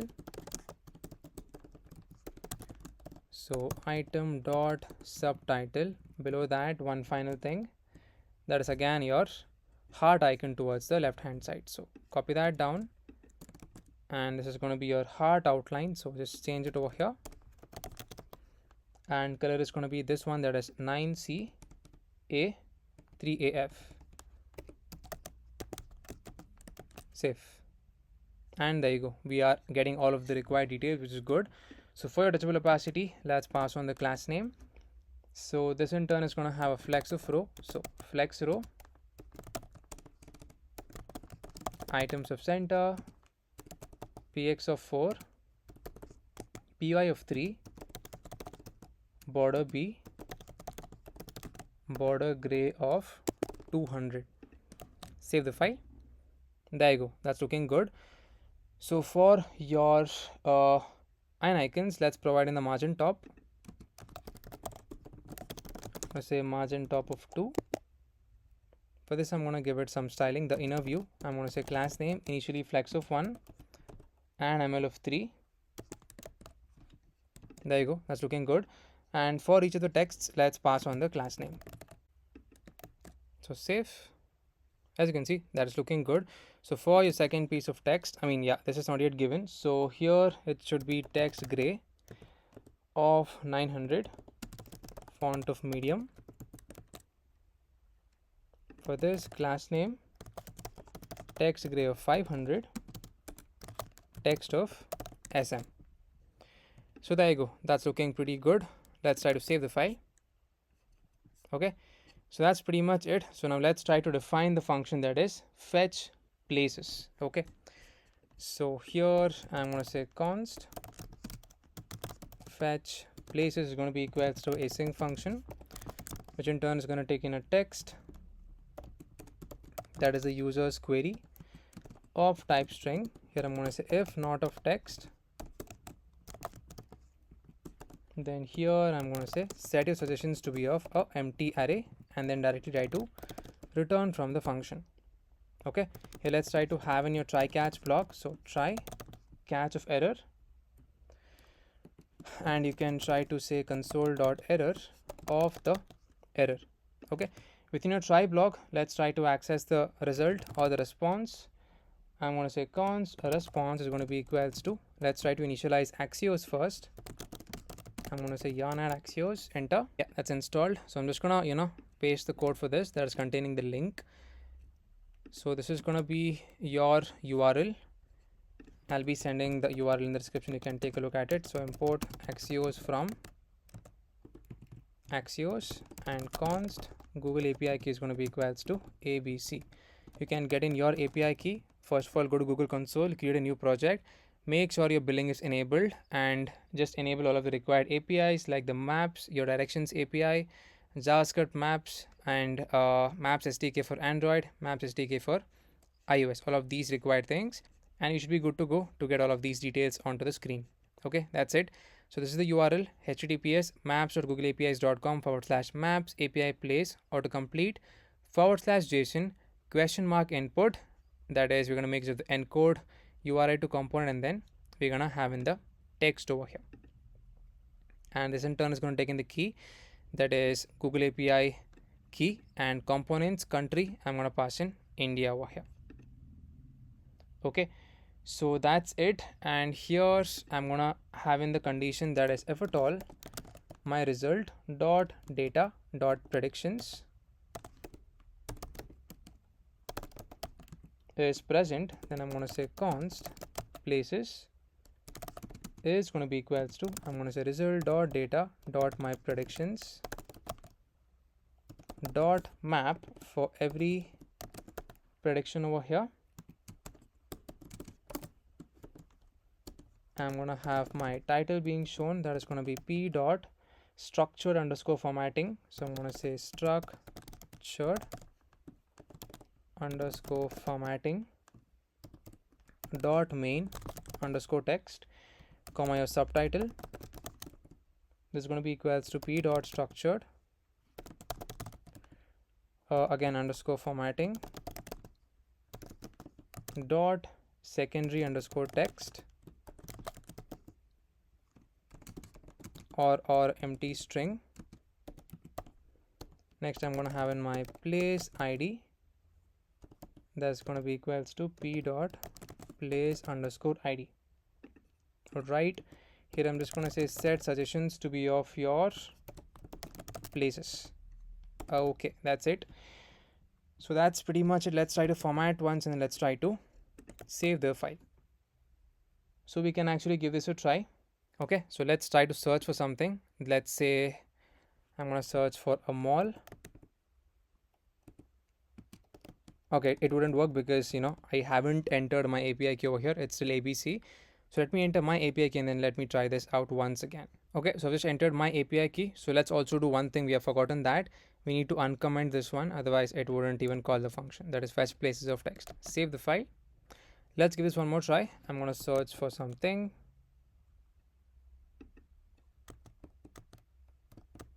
Okay, I'm not able to type anything. So actually it worked. So element small. So there you go. It's working absolutely fine. So this is a mall that's present near my place, and as and when I type ELEM, it is able to fetch the suggestions over here, which is good. Okay, so now if at all the user presses on any suggestion, since we have automatically the current location already set, and even this is set, we need to automatically navigate to the map screen, showing the distance between the current location as well as the drop location. That's what is the next step. So here, come back to the render place method. So for your touchable opacity, here I'm going to say on press, take in a function. Here we are going to say set the drop location to be of your item dot title. Okay, then I'm going to say set suggestions to be of a empty array.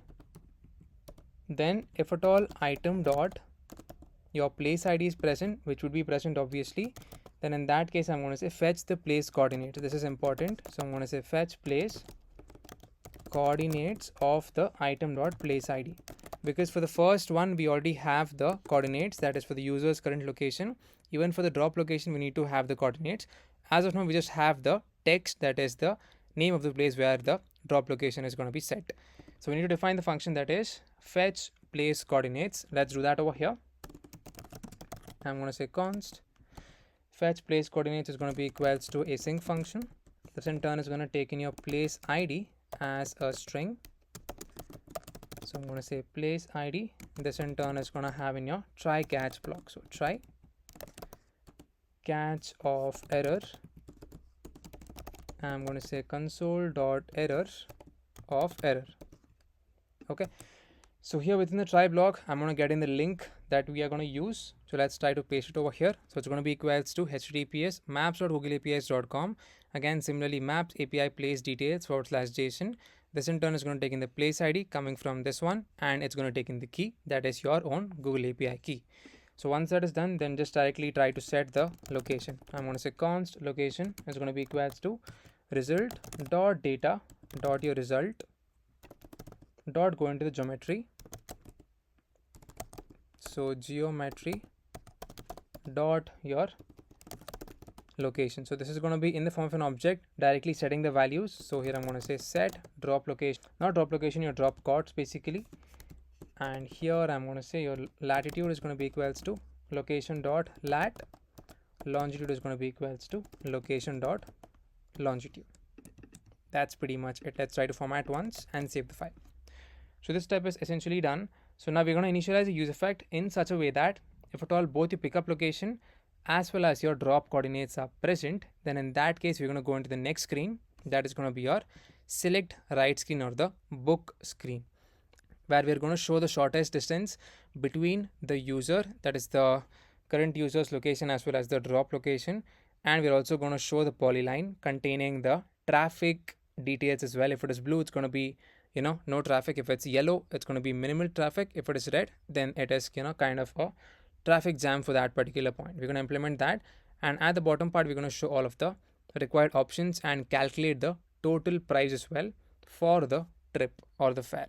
So that's it for now. That is, this screen is done. Let's try to initialize the use effect, and once that is done, once automatically they press on any kind of option over here, we should be navigating to the next screen, and then we're going to look into the design of the select write screen. So let's say right below this particular point, that is where we have the get current location function, or basically the use effect. Below that I'm going to initialize my use effect so that we can navigate automatically when both the locations are already set. So here I'm going to say use effect. Okay, here it's going to run based on two things, that is your pickup location, your drop coords, as well as your navigation. Okay, here I'm going to say if my pickup location is present, which is already present if at all the user has allowed the permission, and my drop coords, then here I'm going to say navigation dot navigate to the name of the screen, that's going to be in this case routes dot your select write. Okay, and here we're going to pass in a bunch of information, that is your current location, that is going to be your pickup location, then next it's going to be your drop location, that is going to be your drop coordinates. Okay, that's it. Let's try to format once and then let's try to save the file. So this would already be set, that is your current location. Okay, so for some reason we are again able to see this as I said, but yeah, I think my bad. I think the device has changed because I'm running it on a new device. Let's do one thing. Let's again go back to the settings and then make that change, which we have done previously for the other device. I think that was 18.6 version, not exactly sure. So I think I've again forgotten where exactly is that location services. Yeah, it is there over here. Press on that and I'm going to say Rapido app. I think that's the app name. Yep, that's the one. Just press on this. I'm going to say while using the app and press as location, enable it, which is already enabled. And that's it for now. Let's try to again reload the app, open this. So hopefully now we should not be able to see that. Come back over here.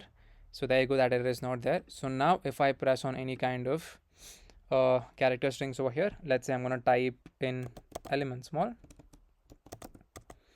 and I'm able to see the mall that is near my place. So once I press on this, automatically this should get triggered off, and both of these are present, so automatically we should navigate to select right. Let's press on elements mall, and there you go, we're coming correctly to the select right screen. So here there is going to be a lot of implementation.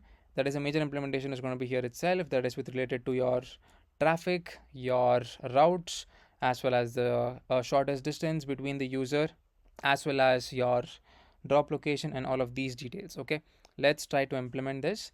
So here initially I'm gonna initialize all of my interfaces that we're gonna use in this particular screen. So initially it's gonna be for the latitude longitude. So interface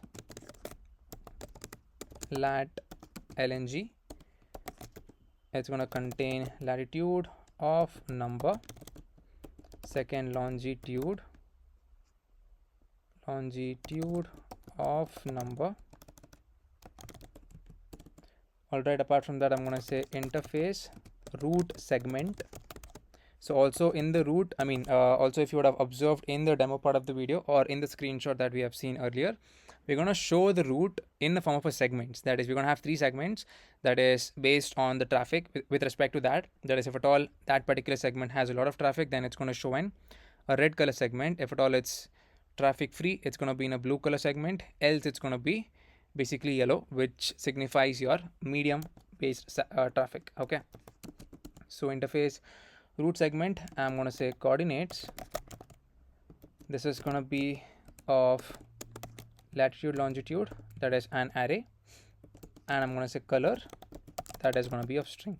Okay, so as I said, red for traffic, green for not green, blue for no traffic, orange or yellow for medium based traffic. So the next one is going to be for your ride. So I'm going to say interface ride, id is going to be string. Furthermore, your key, that is going to be string as well. Name is going to be string.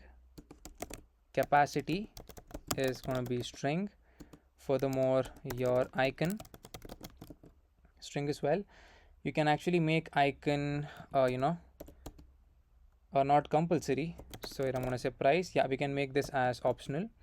Here price is going to be of string. Furthermore, your distance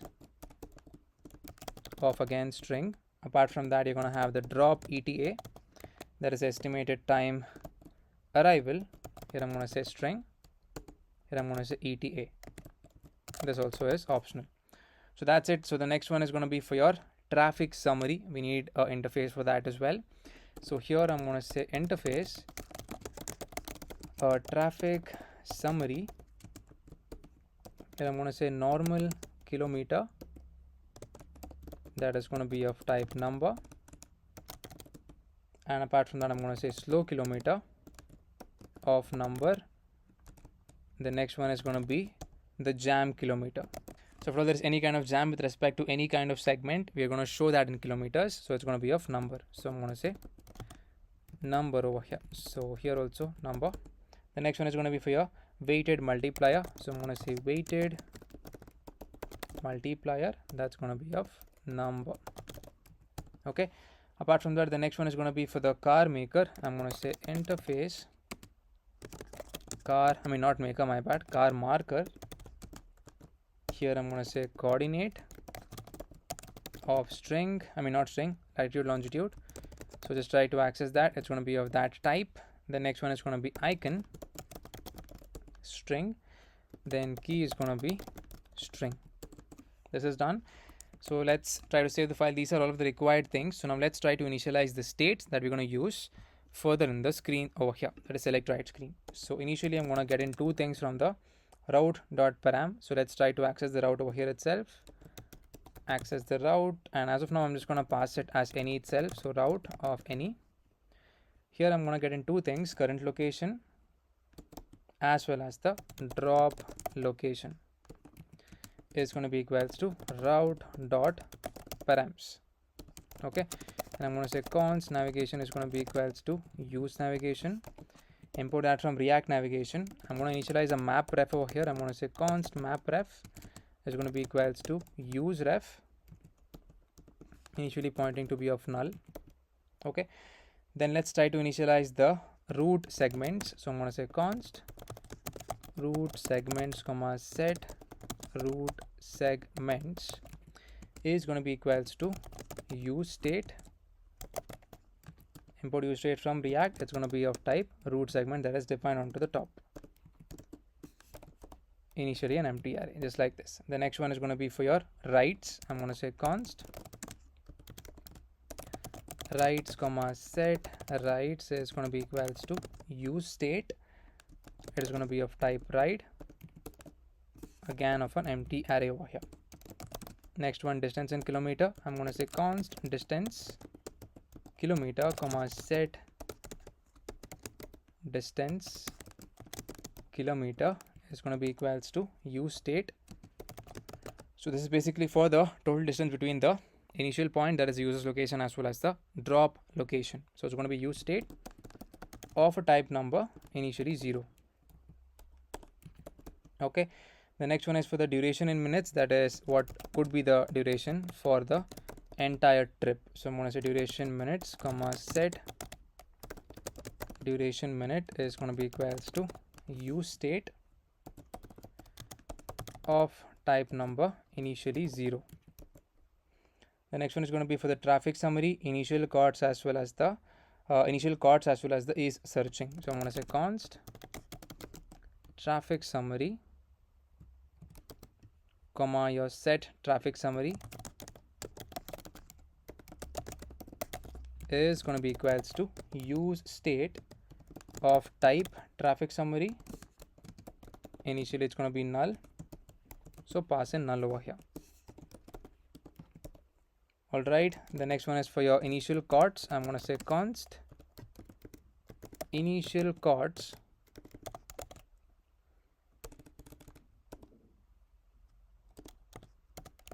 comma set initial coords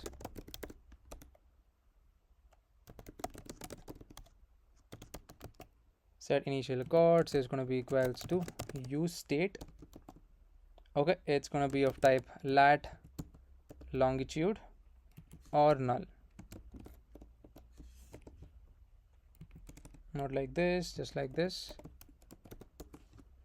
Alright, so this part is done. So these are some of the required states that we're going to use further in this screen. So that's the reason we have shown all of them right now. So now let's try to initialize two more things, that is the pickup coordinates as well as the drop coordinates. So here I'm going to say const pickup coords.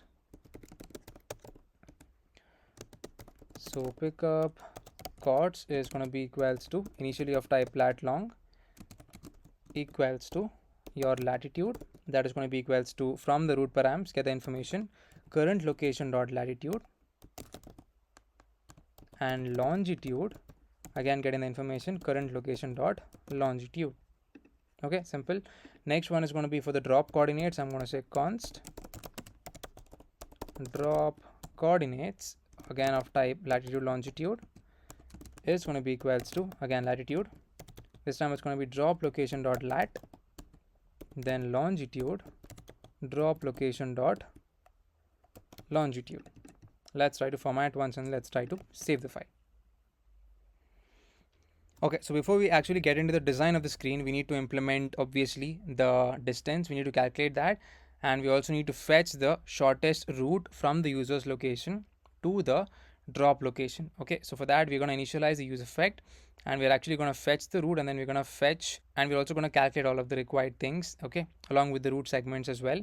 So here I'm going to say use effect, import use effect from React search correctly. So this is going to be dependent upon a few things. We're going to write that at the end. So here I'm going to define the function that is fetch route. So I'm going to say const fetch route is going to be equals to a async function. Okay, so let's try to define this here. Initially I'm going to have in my body, okay, because we're going to make an API call to routes.googleapis.com. So here I'm going to say const body is going to be equals to an object. This in turn is going to take in the origin, which in turn is going to take in the location. Here we need to pass in the lat long, that is your latitude as well as the longitude value. So latitude is going to be equals to, so latitude pickup coords dot latitude comma longitude is going to be equals to pickup chords dot longitude. So similarly, the next thing is for the destination. Let's write that. It's going to be similar. So add the origin over here one more time. This is going to be for the destination. Again, location we're going to have within that, again, latitude, longitude. So this time it's going to be equals to drop chords dot latitude. So I'm going to say drop chords dot latitude as well as drop chords dot longitude. That's it. The next one is going to be travel mode. We need to pass that over here. I'm going to say travel mode. So since we are driving, I'm going to say travel mode is going to be drive, everything caps. Okay. I'm going to say routing preference. We're going to have traffic aware. Let's pass in that. So routing preference, we're going to say traffic underscore aware. And I'm going to say extra computations. We need to pass in that. So extra computations is going to take an array of string that is going to be traffic on polyline, because as you saw in the screenshot, we're going to show the traffic as well onto the polyline that we're going to show between the user as well as the drop location. So I'm going to say polyline.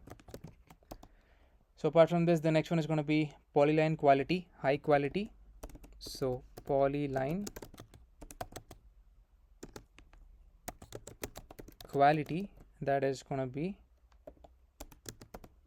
high underscore quality. Okay. Then I'm going to say polyline encoding, encoded polyline. So this is going to be small l itself. So polyline encoding, here I'm going to say encoded underscore polyline. Okay.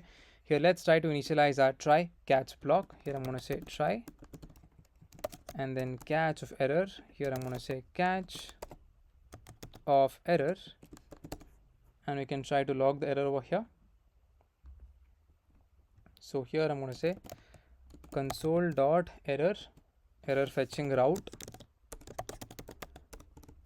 So I'm going to say error fetching route with that particular error message, and I'm going to say set the route segments to be of the coordinates.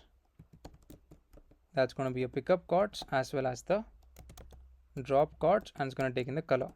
That is going to be of this color code, that is 1E and then 90FF.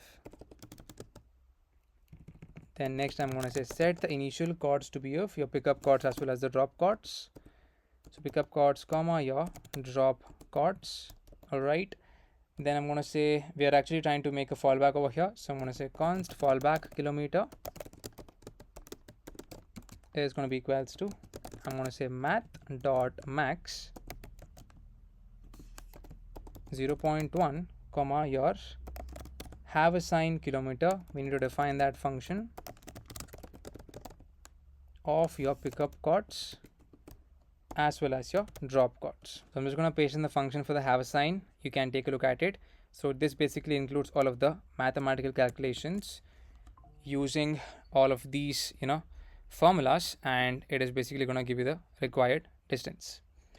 The next one is going to be for the distance kilometer. I think the spelling is wrong. Let's use this one, and I'm going to paste it over here. I think M is missing. Apart from that, I'm going to say set your distance kilometer to be of your number of the fallback kilometer dot to fixed of 2. Furthermore, I'm going to say set duration in minutes to be of your math dot your round to be of the fallback kilometer divided by 30 multiplied by 60. Okay, so that's it about your catch block. So now within the try block, let's try to initialize the response. I'm going to say const response is going to be equals to await axios dot, it's going to be the post method. This is going to be the URL https / routes dot your Google APIs.com / directions /v2.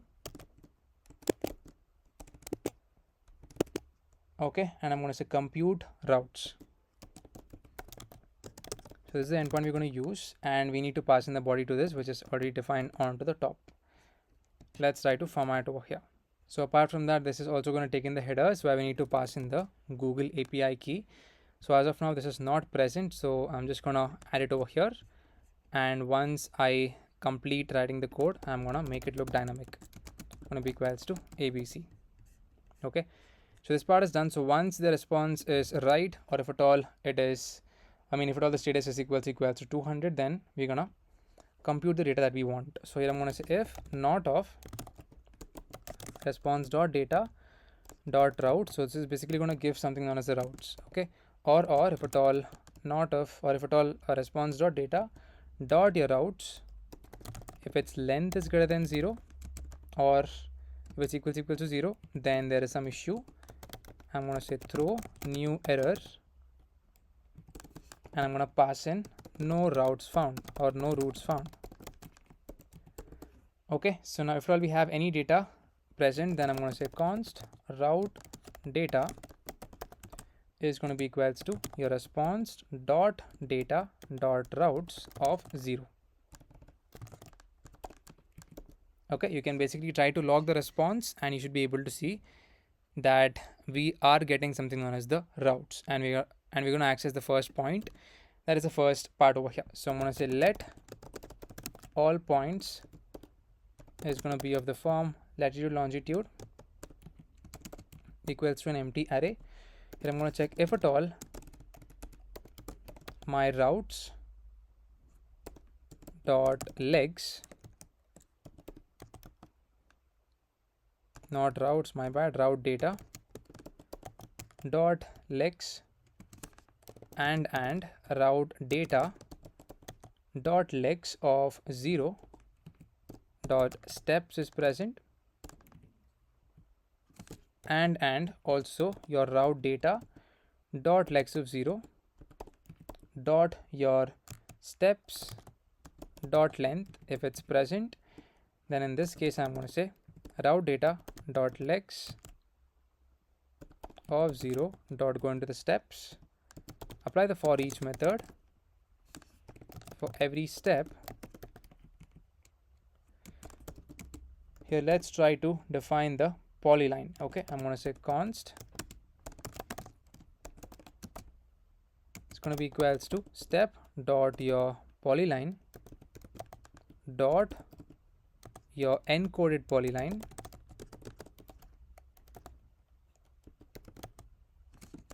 or step dot polyline dot points. So step dot polyline dot your points or null. Okay, if that value is present, then I'm going to say const points is going to be equals to decode polyline. You need to define that of that particular value. I'm going to say all points is going to be equals to all points dot concat. That means include all of them with respect to the points. We'll be adding the code for the decode polyline function. You can take a look at it. I'm going to add it over here. Okay, so first of all, let's understand what this function does, that is the decode polyline. So this basically takes in a polyline decoder, that is it takes in the Google Maps encoded polyline string and it turns into an array of latitude or longitude coordinates. So that's what this function does. You can take a look at it. Okay, so that's the basic functionality of this function. So in short, it basically decodes the Google's compressed polyline string into a list of latitude as well as longitude. So that's what we're going to do over here. So this part is done. So that's what your decode polyline function does. So apart from that, the next step is obviously concatenate with respect to all of the points. That is done. Next, we need to check if at all the points dot length is equals to 0 or not. So right after your if condition, here I'm going to say if your all points dot length is equals to 0, then in this case I'm going to add the all points populated. I'm going to say all points is going to be equals to pickup costs comma your drop costs. Now let's try to calculate the distance. I'm going to say let total kilometer is going to be equals to 0. I'm going to say for let I equals to 0, I is less than all points dot length minus 1, and then I plus plus. So here I'm going to say total kilometer plus equals to, you have assigned kilometer of all points of I comma your all points of I plus 1. Okay, so that's it. So now the next step is to calculate the total seconds. So here I'm going to say let total sec is going to be equals to initially null, then I'm going to say if my route data dot lex and your route data dot lex of 0, then in this case I'm going to say const leg is going to be equals to your route data dot lex, access the first part. So I'm going to say if my type of leg dot duration is equals to a number, then I'm going to say total sec is going to be equals to leg dot duration. Okay, else if your leg dot duration and type of leg dot duration dot seconds is equals to number, then in this case I'm going to say total sec is going to be equals to your leg dot duration dot seconds. Okay, else if I'm going to say if my type of leg dot duration seconds is equals to a number, then in this case I'm going to say total sec is going to be equal to leg dot your duration seconds.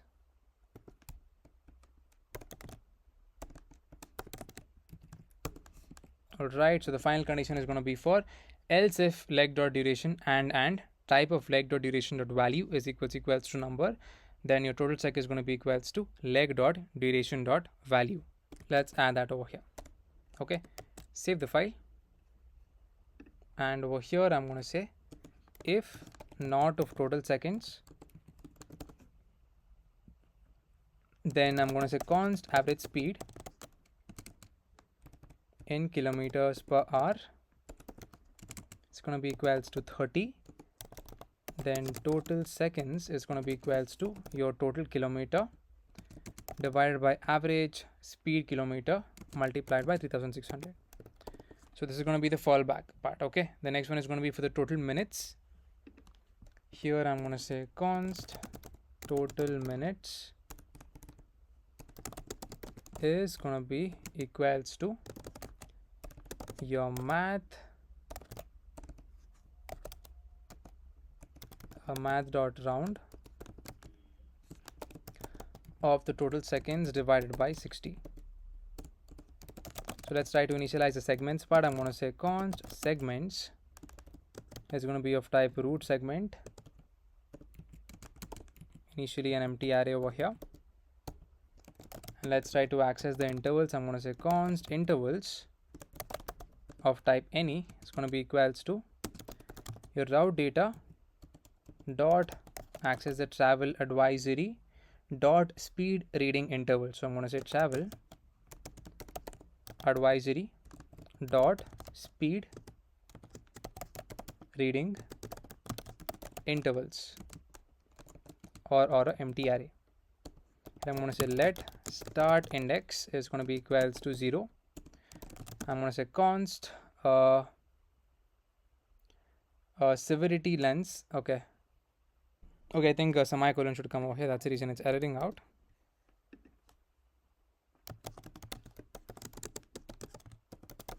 Is going to be equals to normal, that is 0, slow 0, traffic jam 0, and initially even unknown is going to be 0. Okay, so here we're going to actually map over each of the intervals present, and we're going to set the color for each of the segments. So let's do that over here. So here I'm going to say intervals dot for each interval. Here I'm going to say const end index is going to be equals to interval dot end polyline point index. So polyline point index. Okay, I'm going to say const segment points is going to be equals to all points dot apply the slice method, and we're going to slice based on the start index, comma your math dot min of the end index plus 1, comma your all points root length. So here I'm going to access the color, so I'm going to say let color. Here I'm going to make the switch based on the speed. I'm going to say switch based on interval dot speed. I'm going to say case normal, and color is going to be equals to this one, that is hashtag 1E90 FF, and your severity length dot access the normal plus is going to be equals to compute segments of those particular segment points, and here we're going to break. So let's try to add in the compute segments function right over here. You can take a look at it. Compute segment kilometer, that's the name. It's going to take in a segment point, and then it's going to calculate the have assigned distance for each of the values, that is with the help of the for loop. So try to add it over here. Compute segments kilometer. Then similarly, the next condition after the break over here, I'm going to say case. This is going to be slow. Okay, here I'm going to say color is going to be equals to this one, that is hashtag FFA, and then 500. Again, severity length dot slow plus equals compute segment kilometer of the segment points, and then break.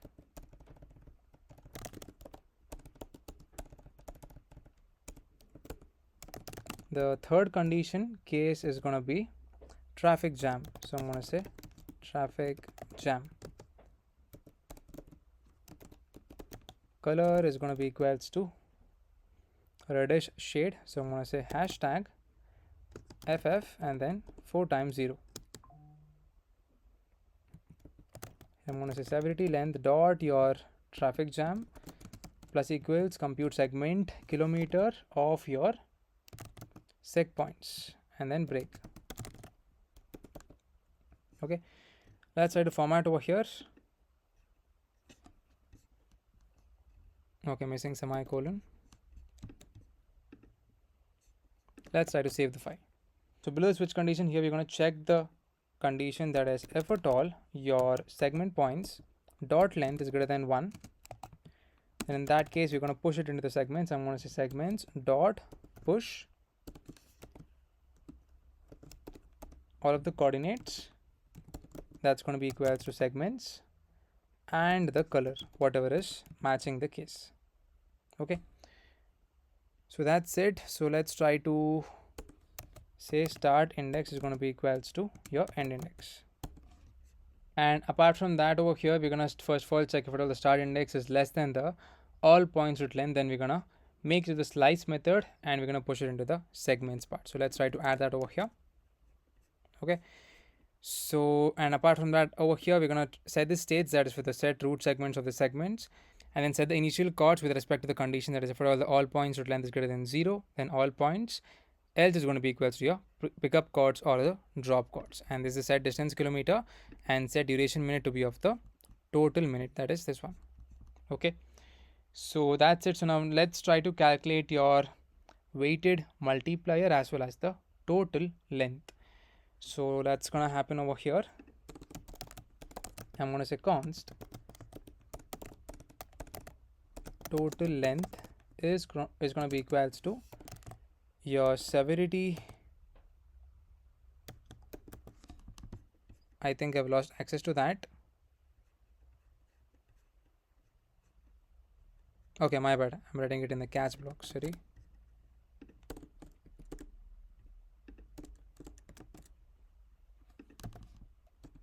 So severity length dot normal or 0 plus it's going to be equals to your severity length dot your slow or 0 plus your severity length dot your traffic jam or 0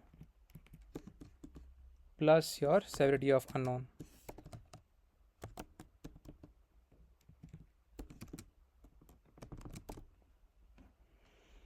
Okay, or your total kilometer.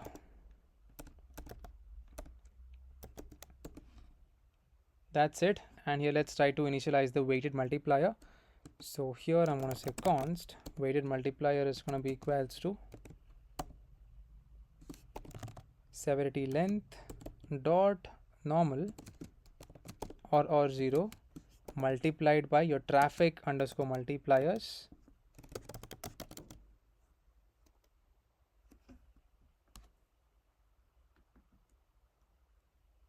so I'm going to say traffic underscore multipliers. So we need to define that onto the top. So this is for the traffic severity multipliers. So here I'm going to say const traffic multipliers is going to be equals to, I'm going to say normal 1.0, traffic 1.15, traffic jam 1.4. This is going to be for slow. So this is going to be slow. And here I'm going to say traffic underscore jam, that's going to be 1.4. Okay. So let's scroll down over here. So apart from that, let's write it similarly for the next one as well. So traffic multipliers dot your normal plus your severity length dot your slow or 0 multiplied by traffic multipliers dot slow plus your severity length dot traffic jam or 0 multiplied by your traffic multipliers dot your traffic jam, and finally for the unknown part, so plus again severity length dot unknown or 0 multiplied by traffic multipliers dot normal divided by your total length by, divided by total length or 1. Let's try to format once over here, and let's try to set the traffic summary over here. Okay, so right below this one, so I'm going to say set your traffic summary to be of your normal kilometer, that is going to be of type number of your severity length dot normal or 0 dot to fixed of 2. Okay, similarly I'm going to do that for the slow kilometer, jam kilometer, as well as the weighted multiplier. Let's try to paste it over here. Along with that, I'm going to also paste in the base price fixed as well as the base rates per kilometer for a auto, for a cab non-AC, for a cab AC, as well as for a cab premium. Okay, so severity lengths, I think I've made a mistake. It should be length. Okay, let's make it length itself for all of them. Actually it should be lengths. So since we have used length over here, we're going to keep it as severity length itself. Okay, so these are all of the base fixed price as well as the base rates per kilometer. You can take a look at it. Let's try to format once. So apart from this, the next step is going to be for the computed rights. Okay, that is for the particular, what do you say, the start location as well as the drop location. We're going to show the computed rights, and that is going to be shown onto the screen right below the map. Here I'm going to say const computed rights, that is going to be of type write, is going to be equals to an object. So here I'm going to have in not an object, an array of objects. Here I'm going to get in all of the detailed information, that is the hard-coded data, that is with respect to the image that we're going to use, the key, the name, as well as the capacity. I'm going to add it over here. Okay, so you can take a look at it. I think capacity, something is missing over here. For the, I think computed rights is going to be of type write. Let's say capacity. Okay, so type number is not assignable to type string. Okay, yeah, let's make this number instead of string. Let's come back over here. Okay, so here we're going to apply the map function. So for every value, right here we're going to say const fare raw is going to be equals to your base fixed of your r.key plus your total kilometer multiplied by your base price per kilometer or base rates per kilometer of your r.key or 20 multiplied by your weighted multiplier. That's going to be the fare raw. Let's try to initialize the fare over here. I'm going to say const fare is going to be equals to your math dot max, okay, of your math dot round of your fare raw comma your base fixed of r.key plus 10. And I'm going to say const eta to pickup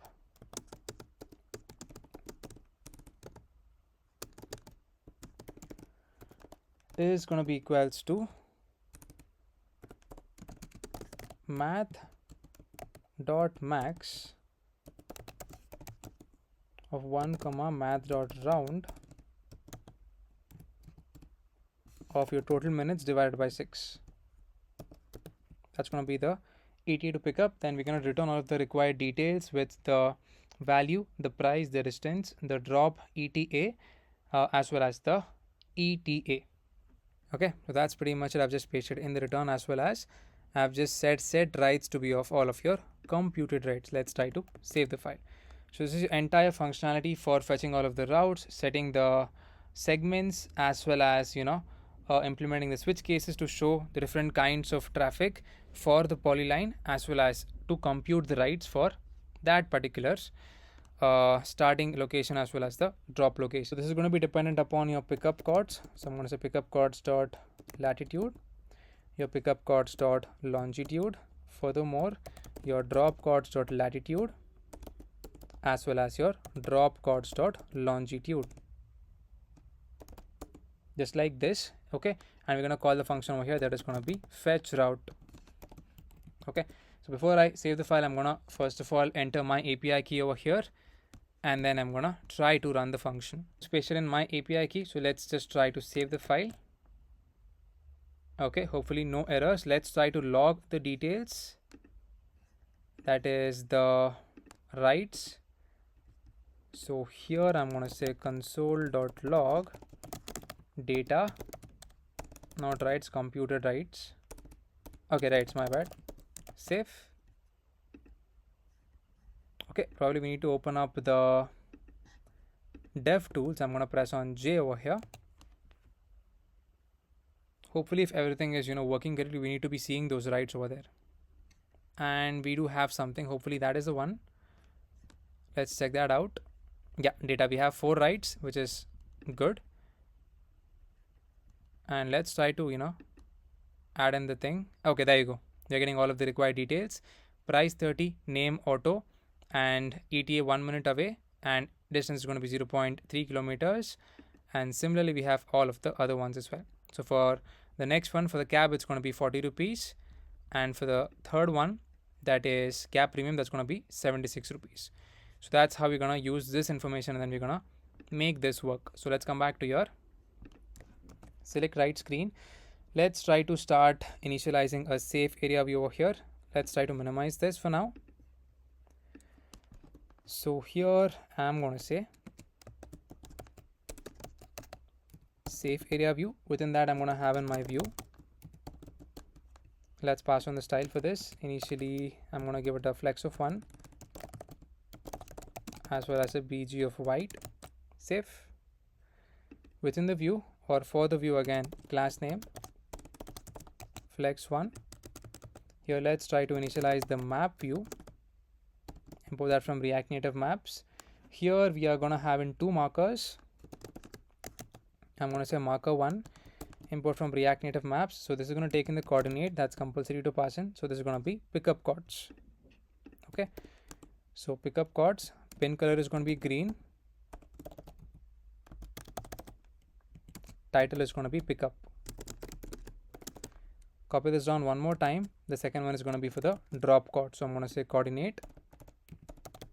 Drop coordinates, pin color is going to be red color. So pass in red. Title is going to be drop over here. Okay, here I'm going to say map over the root segments dot map for every segment as well as the index over here. I'm going to show a polyline. Import polyline from React Native Maps again. Here this is going to take in a bunch of things. Initially, let's pass in the key.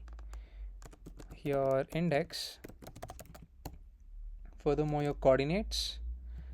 That is going to be equals to your segment dot coordinates.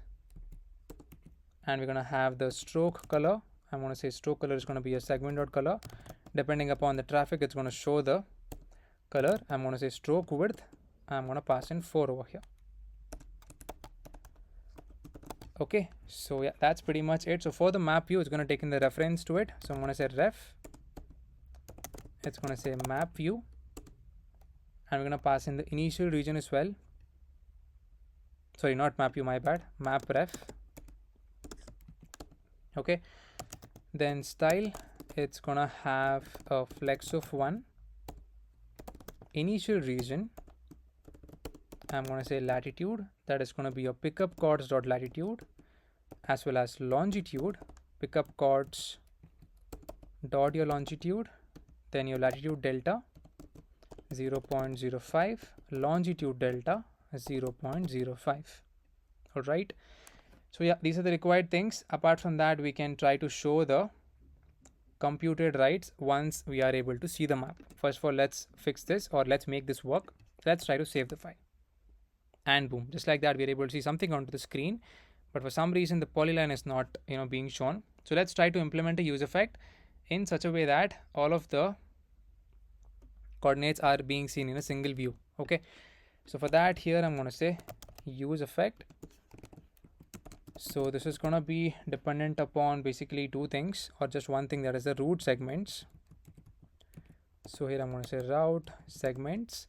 Within the use effect over here, I'm going to say if my map ref dot my current, then in this case I'm going to check if at all my root segments, if root segments dot length is greater than 0, then here I'm going to say const all chords.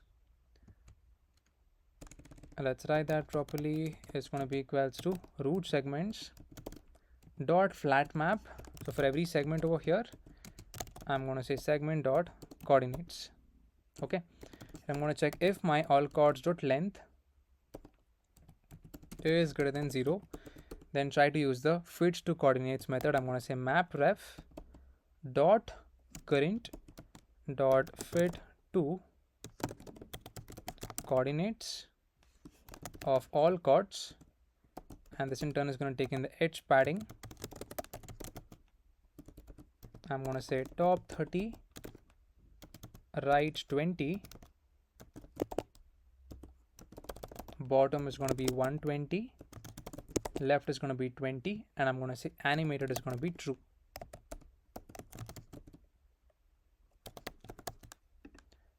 Okay. Okay, so that's it. Then the next condition is going to be else over here. So if at all the all chords length is not greater than 0, then I'm going to say mapref.current dot fits to coordinates of the pickup chords as well as the drop chords. So I'm going to say pickup chords, comma your drop chords, and here I'm going to pass in the edge padding, top 30, right 20, bottom 120, as well as left is 20. Let's try to save the file. And boom, just like that, it's working absolutely fine.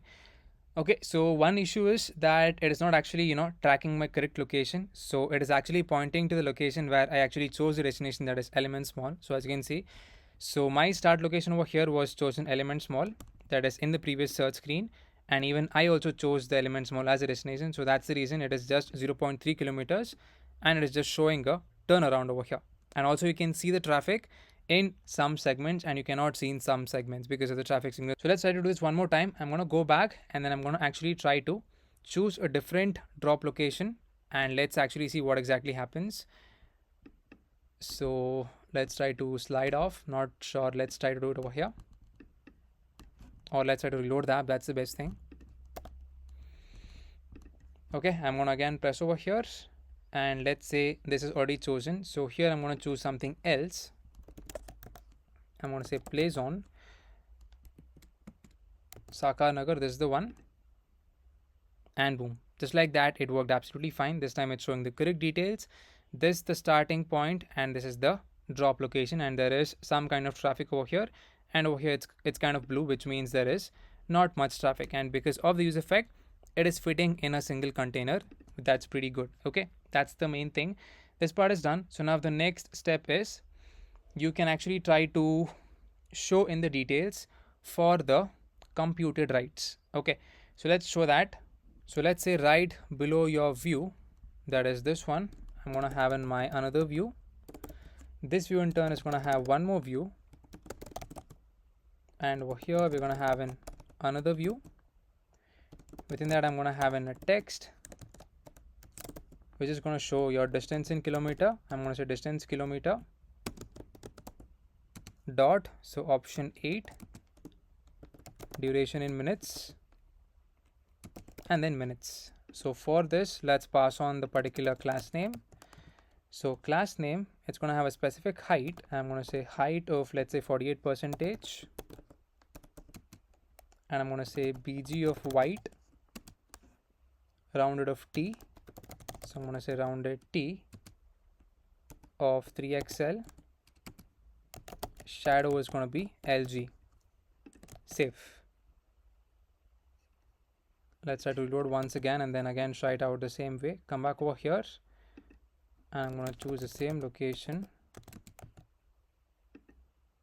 and boom, just like that, is working absolutely fine. At the top part we have the map, at the bottom part we have all of the details being shown, which is good. Okay, so below this, having a text over here, this is going to show in the traffic summary. I'm going to say if my traffic summary is present, then it's going to be this one, traffic summary, or traffic is present with the dollar traffic summary dot normal kilometer. I'm going to say kilometer free, then option 8, I'm going to just enter the full value over here. Let's add it right over here and then save, and there you go. That's working absolutely fine. This part is done. Let's try to format once. Okay, so let's pass on the style for the inner view. I'm going to say class name. This in turn is going to have a flex of row, justify of between, and then items of center, some padding x of 4, py of 3, bg of white, and rounded top of 3xl, border b, and border gray of 200. Save. As you can see, that's looking good. So for this text, I'm going to say class name, text of medium, so text MD, font of bold, and text gray of 800. Let's pass on the class name for this. It's already given. Let's try to save the file. Okay, that's looking good. This part is done. So below this particular view, we're going to have the sort option. So I'm going to say view, having a text, and I'm gonna say sort over here. I'm gonna pass in the style, which in turn is gonna take in the color. That's gonna be equals to 6B7280. Save. There you go. That's looking neat. So below that, we're gonna show the flat list where all of the computed writes are gonna be shown. So I'm gonna say flat list, import that from React Native, pass in the data. That is gonna be equals to your writes and your render item. This in turn is gonna take in your item. Okay. And let's try to render a touchable opacity over here. Import touchable opacity from React Native as such. And within the touchable opacity, we're going to show the view. This view in turn is going to have an image. Okay, so here I'm going to have in source URI. That's going to be item.icon. And class name, I'm going to say width of 12, height of 12, rounded of MD, MR of 3. Let's try to save the file. And boom, just like that, we're able to see that onto the screen, which is looking good. Okay, so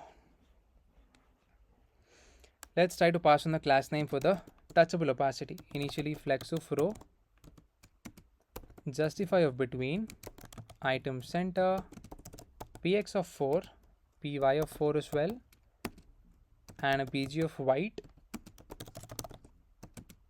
border b, border gray of let's say 100. So border gray 100. If it's active, I'm going to say opacity of 75. And rounded is going to be LG. Save. Okay, that's looking good. So below the image, we're going to have one more view containing all of the informational details. So I'm going to say text. It's going to be equals to your item.name. Okay. Next, we're going to have the item.capacity. So item.capacity seats. Then your item.drop ETA. Save. And there you go. Drop in 15 minutes, drop in 15 minutes, as well as drop in 15 minutes. So next one is going to be for your item.distance. I'm going to say item.your distance. Save. And boom, just like that, it's showing perfectly fine, which is good. So class name for this, text of LG, font of semi-bold, text gray of 800. Save. As you can see, that's looking good. So for the second class name, I'm going to pass in text of SM. So text SM, text gray of 500. Here I'm going to say class name, text of SM, font of medium, text gray of 600, and empty of 1. Let's try to save the file. As you can see, that's looking pretty clean. So the final one is going to be for the item.price. So having a text for that, I'm going to say item.price. Save. Okay, that's looking cool. So over here for this, I'm going to say class name. Here I'm going to give it, let's say, font weight of bold, or I'm going to say text bold, not text bold, font bold, or semi-bold, and text of medium or large, anything is fine.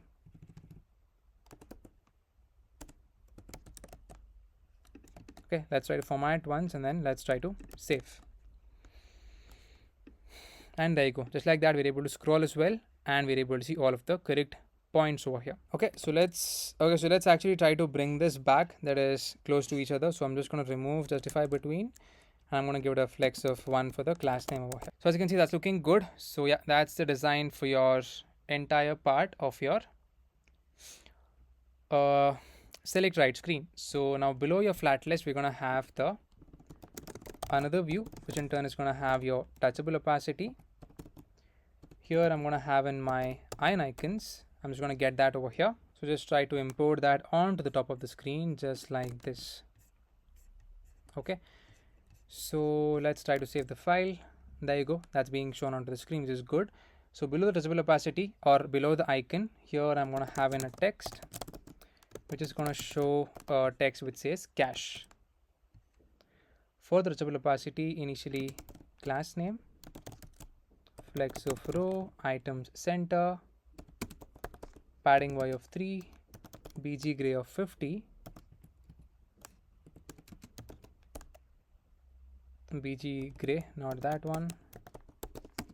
Okay, then I'm going to say rounded lg, shadow sm. If it's active, then opacity of 75 as we have given previously. Let's try to save the file. Let's give this one more try. Come back over here, choose the location, and there you go. That's looking good. So for the view, let's pass on some styling. Class name, px of 4, pt of 2, padding bottom of 4.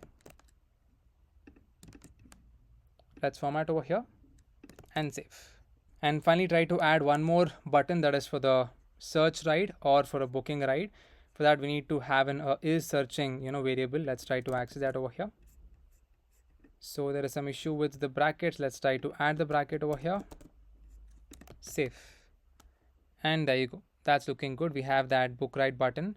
In fact, we can actually remove this design if that's not looking that good. Yep, I think this is better. Okay. So yep, this part is completely done. So we're able to calculate distance between the start point as well as the drop location. We're also able to show a polyline between the starting point as well as the drop location, and we're also able to compute the rides and show the weighted multiplier for each of the parts, that is traffic, free and slow, and we're able to calculate the total distance over here as well. So now this part is done. So now let's try to set up basically the backend, and then let's try to initialize two screens. One is login register screen, and then let's try to implement this. And once the user presses on book ride, we need to start creating rides. That is just for the user point of application. So yes, that's it about this particular part. Let's move on to the next part. That is, let's head over to MongoDB and then create a fresh new MongoDB project and connect that particular project to the front end application. So now let's try to head over to Chrome and then let's try to initialize a fresh new MongoDB project. So I'm gonna press on Google over here. So once you sign in, it would bring you back to the home page, and over here let's try to create a fresh new MongoDB project. Press on this drop down and then scroll down. I'm going to say new project. Here I'm going to say Rapido new. Let's press on next, and as you can see, I myself am the project owner. So I'm going to press on create project over here.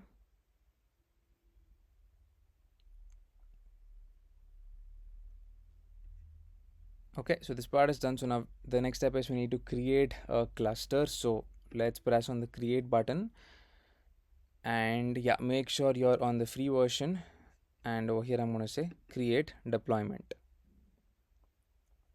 Okay, so while this is happening, we need to also create the user, that is a database user. Add in your username, your password, and I'm going to say create database user and choose the connection method. I'm going to choose the third option or the fourth option, MongoDB for VS Code, and as you can see, your cluster 0 is provisioning. So let's come back over here. Let's create and initialize our API folder. I'm going to come back over here and then new folder API. So here let's go into the CD API and let's try to create the package JSON file. I'm going to say npm init. So package name is going to be that, version is going to be that, and for this I'm going to say backend, and for the remaining things I'm just going to press on enter, and you should be seeing your package or JSON getting created over here. Here let's try to install a few dependencies that we're going to use, that is like express, body parser, all those. So I'm going to say yarn add cors, then body parser, express, JSON web token, node mon, as well as Zod for the schema validation. Let's press on enter. So all of these dependencies would get installed into your dependencies object just like this. Okay, so these are some of the dependencies that we're going to use. I think JSON web token is initialized, CORS is there, Express is there. Apart from that, yeah, Mongoose is missing. I'm going to say yarn add Mongoose, enter. Okay, this step is done. So now within your index.js at the top, let's first of all, before that, let's try to create the starting script. I'm going to say start, that's going to be equals to nodemon index.js. Let's try to initialize the index.js at the root level.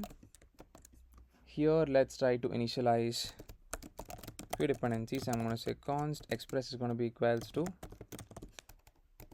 require of express. And I'm going to say const mongoose is going to be equals to require of mongoose. Const CORS is going to be equals to require of CORS. Then const body parser is going to be equals to require of body parser. Then let's try to also initialize JWT. I'm going to say const JWT is going to be equals to require of your JSON web token. Let's try to create the instance of an app. I'm going to say const app is going to be equals to express. I'm going to say app.use your body parser dot JSON. All right, here let's try to initialize your MongoDB URI. I'm going to say const URI is going to be equals to get the URI. Let's come back to Chrome and then let's try to fetch it from here. As you can see, it has provided the URI and even our database user is already added along with the password. So here furthermore, I'm going to say mongoose dot connect to your URI, and here I'm going to apply the dot then method. Here I'm just going to say console dot log mongodb connected. Okay, furthermore I'm going to say dot catch of error. Here I'm going to say console dot error saying mongodb connection error. Here I'm gonna add in that error. Okay, that's pretty much it. So here you can actually try to initialize your JWT secret that we're gonna use in just a bit. So const JWT secret. So I'm gonna add it once when we're gonna implement the login as well as the logout. Okay, so here I'm gonna say app.use of course, and we're gonna allow all of these origins. I'm gonna say origin. It's gonna have array of origin, that is, let's say HTTP localhost 19,006. Next is going to be 3000 as well as 3000 in our case. I don't think we have chosen the port yet. Yeah, we can actually choose port 3000, and we're also going to include that within yours. Within this particular origins array. So next one is going to be HTTP localhost 3000. All right, and I'm going to say methods. We're going to say get over here, then we're going to say post, then we're going to say patch, then we're going to say delete. Furthermore, I'm going to say allowed headers. It's going to be your content type, and this is going to say authorization. And here we're going to say app.use your express.json. So app.use express.json. Okay, so you can also try to log all of the incoming requests over here. So you can just say app.use for every request and the response as well as the next over here. I'm going to just give a console.log message. So console.log, make use of your backticks. Here I'm going to say $new date dot to ISO string. Okay, then over here I'm gonna say dollar. It's gonna be request dot method, access that, as well as your request dot URL as well. So request dot your URL. Here I'm gonna say dollar JSON dot stringify of your request dot body. Okay, so yep, that's pretty much it, and then you can call the next over here. So this would basically log all of your incoming requests. Okay, let's try to format once over here, and then let's try to save the file. Let's try to create two models, that is your ride model as well as the user model, and we're also gonna use the Zod schema for the validation purpose. So I'm gonna say new folder models, within that two files, ride.js, then user.js. Here first of all, for the user I'm going to say const mongoose is going to be equals to require of mongoose. I'm going to say const z is going to be equals to require of zod, and let's try to initialize your location schema. I'm going to say const location schema is going to be equals to new mongoose.schema, and here we can add in your latitude, that is going to be of type number, and required is going to be true. Next, your longitude, type is going to be of number, and required is going to be true. Furthermore, you're going to have your address, type is going to be of string, then your required is going to be true. Alright, so let's format once over here, and then let's try to create the user schema. I'm going to say const user schema is going to be equals to your new mongoose schema. Here we're going to have in your email, I'm going to say type of string, required of true. Okay, then I'm going to say unique is also going to be true. Then password over here, I'm going to say type of string, and I'm going to say required is going to be true. Furthermore, your phone, I'm going to say type of string, then I'm going to say required is going to be true, so required true. Then I'm going to say profile pic, type of string, and default is going to be empty. Next is your location. I'm going to say type is going to be of location schema dot, just location schema, and required is going to be true for this. And you can actually try to add in the rides done as well, which would be defaultly set to 0. So rides done, type of number, and default is going to be 0. Let's try to format once, and let's try to save. So here let's try to initialize the model. I'm going to say const user, it's going to be equals to mongoose.model of your user, and pass in your user schema over here.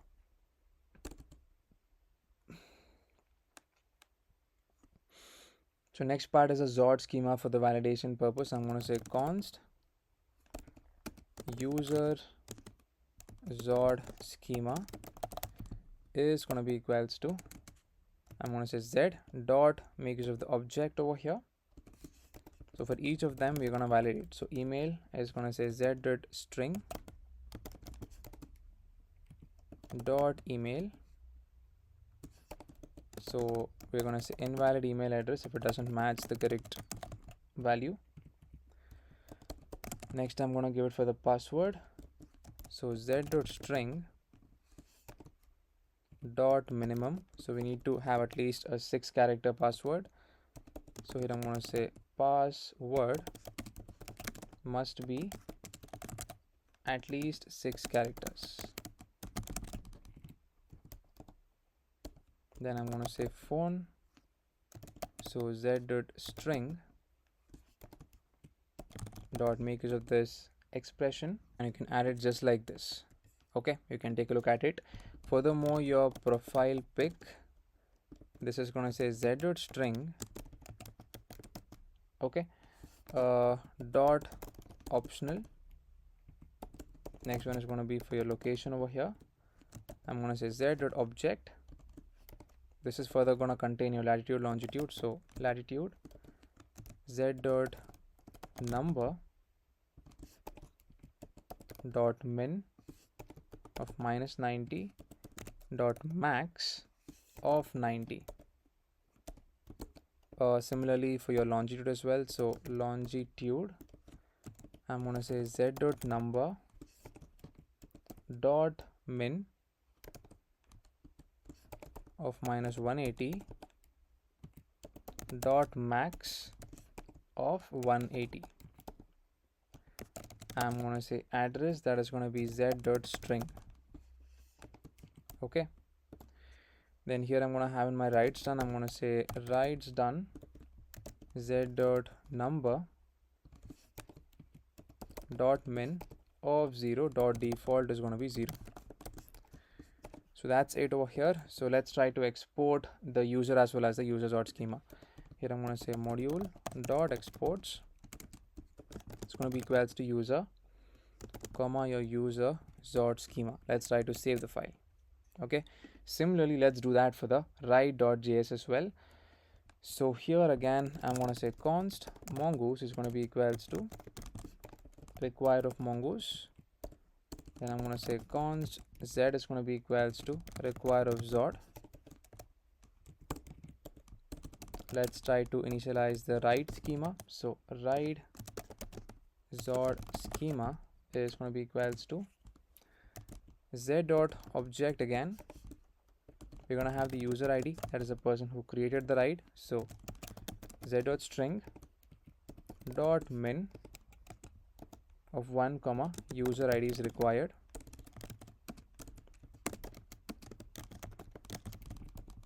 Furthermore, your driver ID, that is a person who's gonna accept the write. So z.string is basically optional for now, so optional. Then pickup location is required for the write. So pickup location is going to be z.object. I'm going to say latitude. So latitude is going to be z.number. So just like this. And your longitude. So longitude here as well, z.number. Okay, here it's going to be dot required, so add that over here. Furthermore, your drop location, so I'm going to say drop location, that's going to be equals to z.object containing your latitude, that is going to be of z.number, and your longitude, so longitude again of your z.number. Again, this is going to be dot required, so add that over here. Next, I'm going to add the status of the write. So I'm going to say z dot make use of enum over here. It's going to have an array of strings that is starting from pending, accepted, in progress, completed. So pending, accepted, in progress, completed, as well as cancelled. Here I'm going to say dot default is going to be pending. Next, we're going to say created at value. So created at, it's going to be equals to 0.date dot again optional. Here let's try to say const write schema is going to be equals to new mongoose dot schema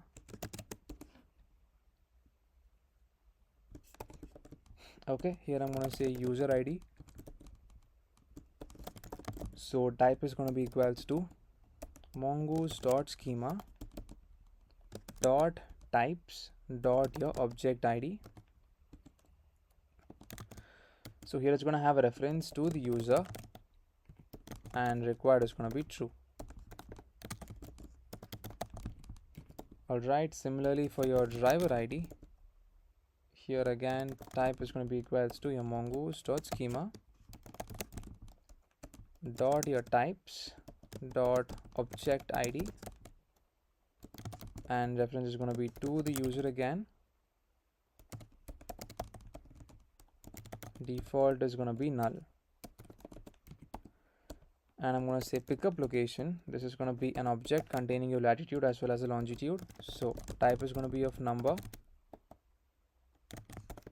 required is going to be of true, longitude type is going to be of number, and your required is going to be true. So required true. The next one is going to be for your drop location. So drop location, latitude. Okay, here I'm going to say type is going to be of number, required is going to be of true. The next one I'm going to say longitude. Here again type is going to be of number, and required is going to be of true. So let's give a format once over here. So apart from that, we're going to have the status as well as the created at. So let's add that over here. So that's pretty much it for the write schema.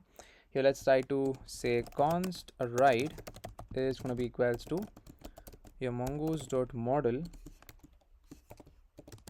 of your write, and we're going to pass in the write schema. Here I'm going to say write schema dot pre save. It's going to have a async function.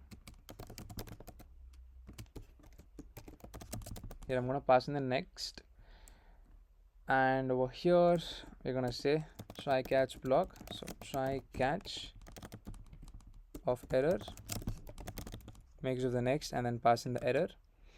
Here I'm going to say await your write dot schema dot parse async of this dot to object.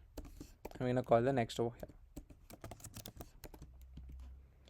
And let's try to export the details over here. I'm going to say module dot exports. It's going to be equals to write comma your write dot schema. Save the file. This part is done. So we have initialized all of the models that we're going to use for this project.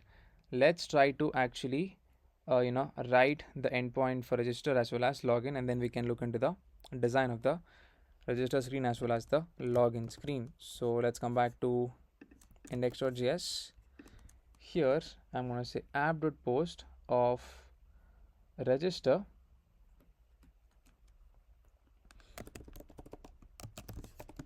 / API / your register.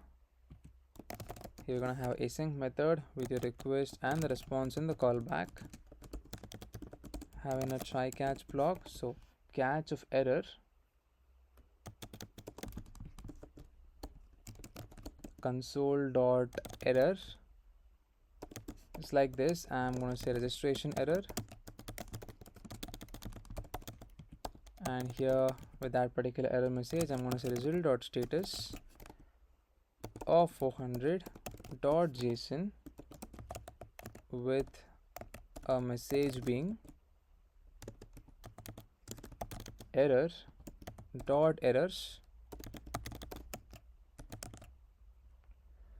If it's present, then it's going to be errors of 0 dot your message. Else I'm just going to say registration failed. Within your try block over here, let's try to access your validated data with the help of the schema. So I'm going to say const validated data is going to be equals to user dot schema dot parse of your request dot body. Here I'm going to say const email comma password comma your phone comma location is going to be equals to your validated data.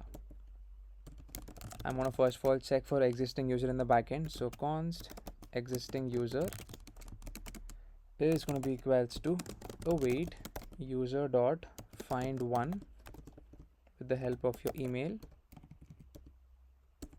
So if existing user is present over here, then in that case I'm going to say return result dot status of 400 dot JSON with a message being email already exists. Okay, here I'm going to say const new user is going to be equals to new user, and we're going to create the user with all of the details, that is email, password, phone, your profile pic, that is going to be validated data.profile pic, or it's going to be empty by default, so empty string, then your location as well as the writes done, again similarly validated data dot your writes done. So here below I'm going to say await new user dot save. This part is done. Let's try to generate the token. I'm going to say const token is going to be equals to gwt dot apply the sign method. Here I'm going to say id, that is going to be equals to your new user dot underscore id, and pass in the email. This in turn is going to take in the gwt secret, and yeah, pretty much that's it. If you want to add in the expires in, you can add that over here. Okay, so here let's say result dot status of 201 dot JSON with a message being user registered successfully with the token and the user ID. That's going to be equals to new user dot underscore ID. This part is done. Okay, so that's the basic implementation for creating a user in the backend. So let's try to save the file.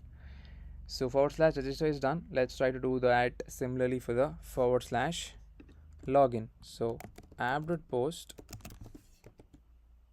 here I'm going to say / API / your login. This in turn is going to have a async method, okay, with the request and the response in the callback, having your try catch block. So try catch of errors. Here I'm going to say console dot errors, login errors. With that particular errors, I'm going to say result dot status of 500 dot JSON with a message being login failed. Okay, within your try block, let's try to get in two things for logging in, email and password. So I'm going to say const email comma password is going to be equals to request dot body, and I'm going to say const user is going to be equals to await user dot first of all find one with the help of your email. If at all the user is not found, so if not of user, or if at all the password is not correct, that is if at all user dot password is not equals to password, then directly say return result dot status of 401 dot JSON with a message being invalid credentials. So invalid credentials, right? So here I'm going to say const token is going to be equals to gwt.sign. You're going to have in your ID over here, that's going to be equals to user.underscore ID. Along with the email, you're going to assign these two things. Pass in your gwt secret over here. So gwt secret, and pretty much that's it. You can try to send the response.json or result.json saying with this particular message. So let's try to save the file. So yeah, we have defined all the required endpoints. Let's come back to the register screen or the login screen, then let's start designing that. So initially, if you would check out our auth stack navigator or the root navigator, so is authenticated is true. So now let's make it false. Save. Okay, so cannot read display name. Yeah, again same spelling with that. So change the spelling, save, and there you go. We are able to see correctly the login screen.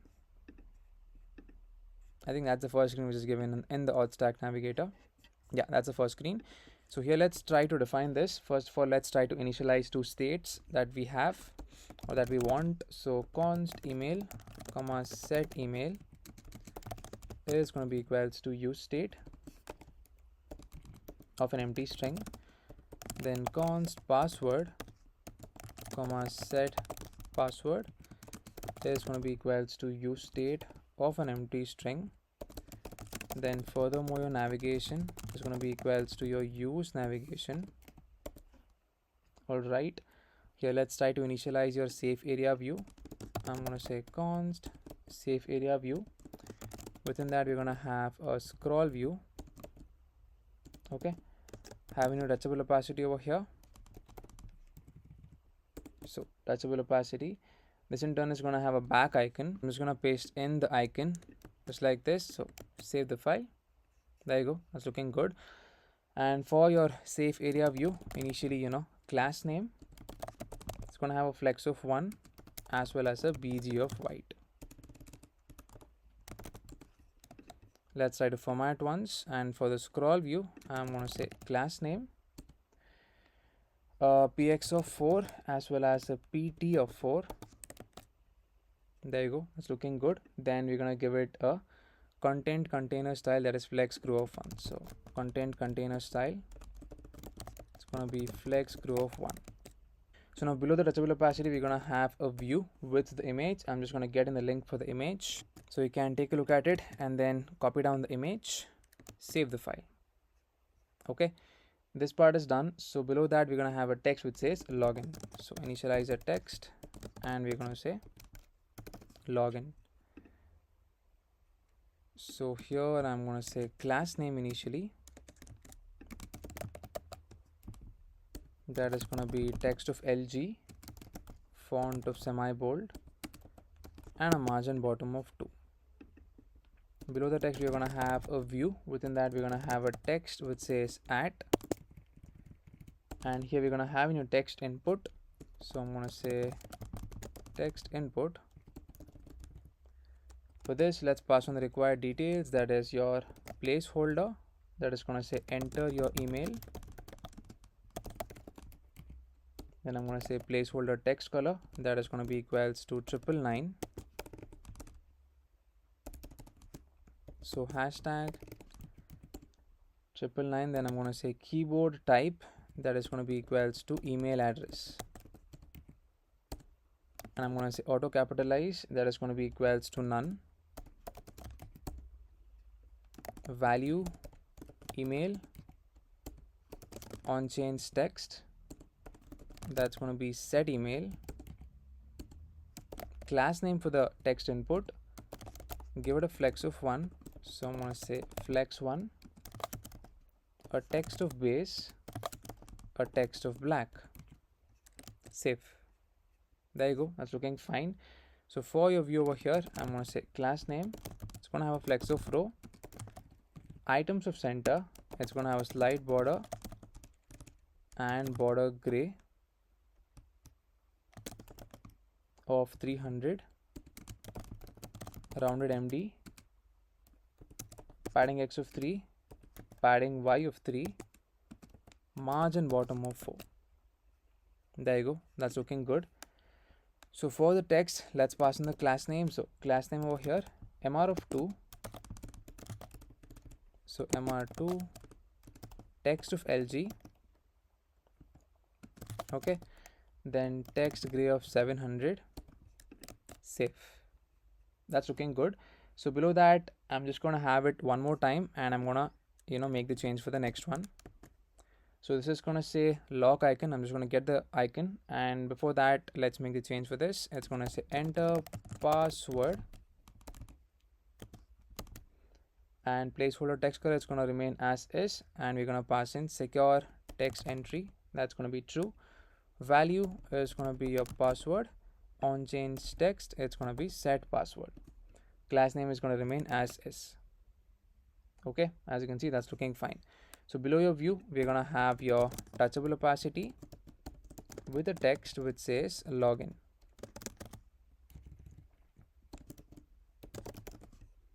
So for your touchable opacity, I'm going to say class name over here. So class name, it's going to say rounded full, padding y of 3, and if email is present as well as password is present, first of all, let's try to initialize backticks over here. Okay, not like that. First of all, the braces, then the backticks. All right, so py of 3 and dollar email and password question mark, it's going to be bg black, else it is going to be equals to bg gray 300. So bg gray of 300. Let's try to save. Okay, so for the text, let's pass on the styling. So class name, initially text of center, then text of white, as well as your font of medium. So there you go, that's looking fine. So below that, we're gonna have one more text which says don't have an account,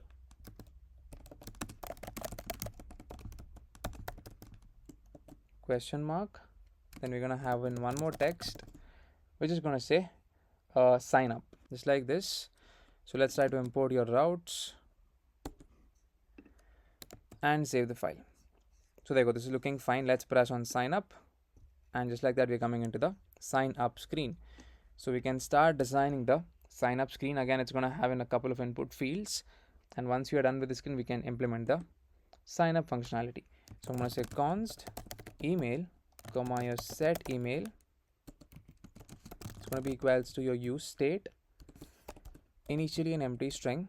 I'm going to say const password comma set password is going to be equals to use state, again of an empty initial string. So const phone comma set phone is going to be equals to use state of an empty string.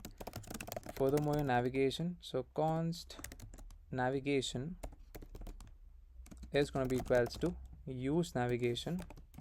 Import that correctly.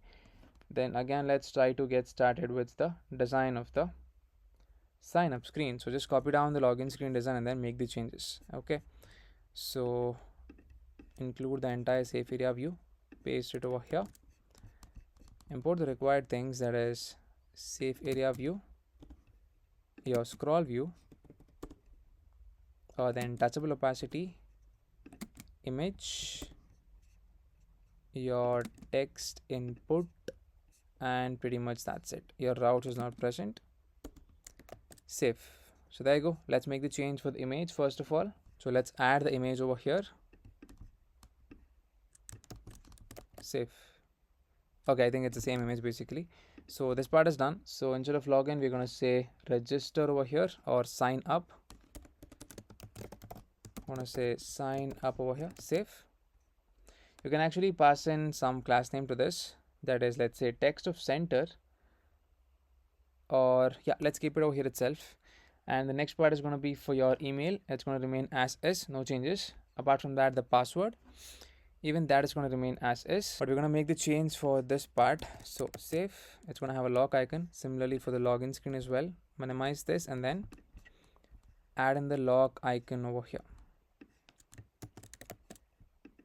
This part is done. So apart from that, the next one is going to be for your phone icon, that is right below this particular view. Let's add it over here, save the file. As you can see, that is looking good. And finally, instead of login, it's going to say sign up. Okay, then already have an account. Let's make that change. Already have an account, then sign up. Okay, not sign up, sign in. And this is going to say navigation.navigate to routes.login, or you can directly say navigation.go back as well. Save. Okay, this part is done. So now let's come back to your auth context, and here we're going to implement the interceptors, basically your access interceptors. as well as all of your functions for logging in, registering, as well as your fetch location as well. We're going to fetch the location of the user, and we're also going to implement it using your tanstack query. So let's try to install that. That is at tanstack react query. So let's come back to the main project. Here I'm going to say yarn add tanstack / react query. Apart from that, we're also going to install this one. So yarn add your React Native async storage / async storage. And we're also going to install this location package, that is at React Native community / geolocation. Enter. Okay, so this part is done. So here I'm going to say pod install, enter.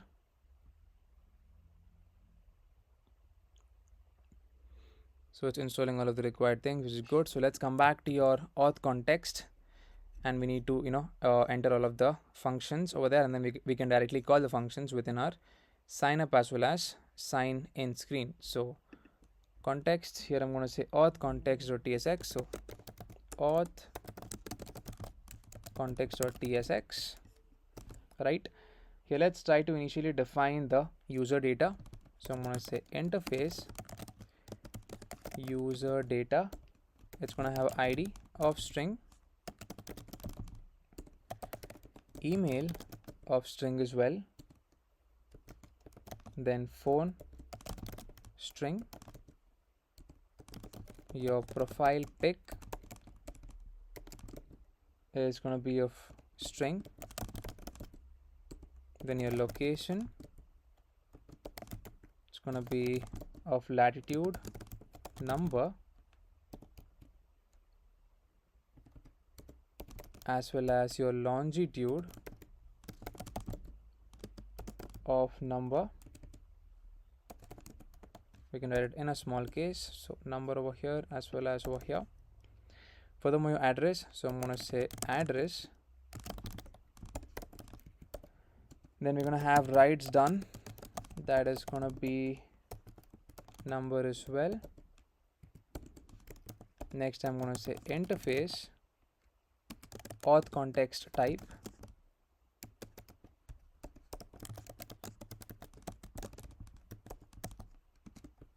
I'm going to say is authenticated, that's going to be equals to boolean. Okay, then your user, that is going to be of type user data or null initially. Furthermore, your login functionality, it's going to take in the email of string, password of string, and it's going to return a promise of void. Then similarly for your logout, so this essentially is going to do nothing, so just say promise of void. The next one is for the register functionality. So register over here, I'm going to say email of string, then password of string 2. Here a semicolon is going to come, not semicolon, comma over here. Finally phone string. Okay, that's the final part. And here we can try to initialize your auth context. I'm going to say const auth context is going to be equals to your create context, import that from React, and I'm going to say of the auth context type or undefined initially. Here I'm going to say undefined. Okay, and let's try to initialize the Axios instance with the interceptor. So const API is going to be equals to axios.create. Let's pass in your base URL. So I'm going to say base URL is going to be this one, http localhost 3000 / your API. So here I'm going to say API dot your interceptors dot apply the request dot use. So for every async method of the config, taken that here let's try to access the token. I'm going to say const token, it's going to be equals to await async storage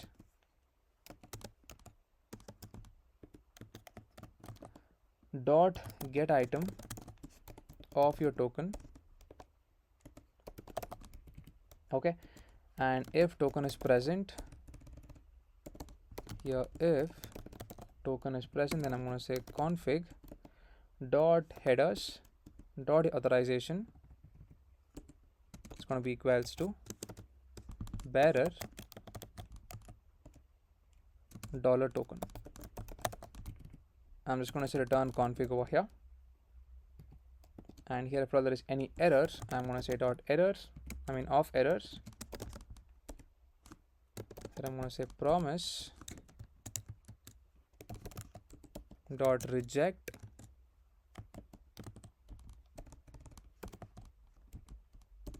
of your error. You can import both of them onto the top, that is async storage as well as your geolocation package. Okay, so here we're going to say export function auth provider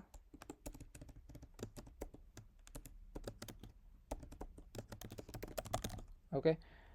This in turn is going to take in the children over here. I'm going to say children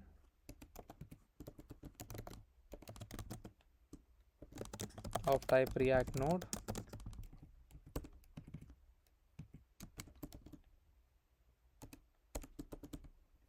Here I'm going to say const user comma set user is going to be equals to use state of your user data or null initially,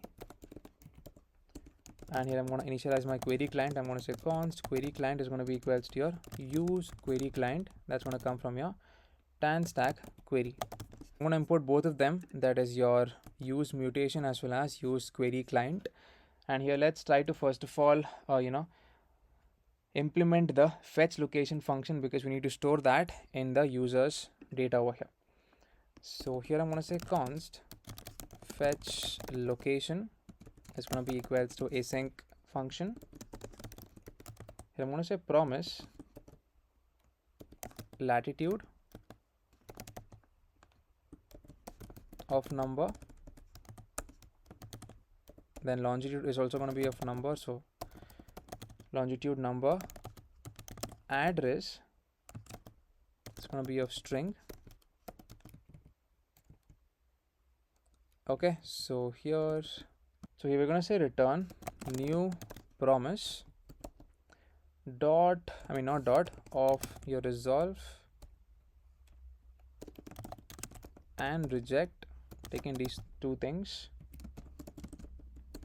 I'm going to say geolocation dot, we have the get current position async method, use that. I'm going to say of async position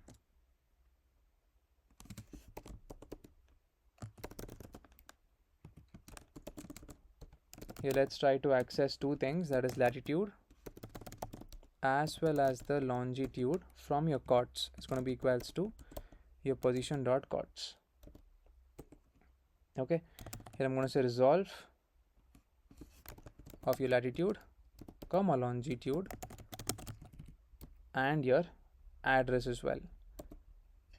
And if there's any error over here, we're going to catch that error. So after this I'm going to say of error, make use of the logger dot error. I'm going to say geolocation error with that particular error. Then here I'm going to say reject the promise of new error. I'm going to say fail to fetch location. And here we're going to pass in one more option, that is enable high accuracy. It's going to be true.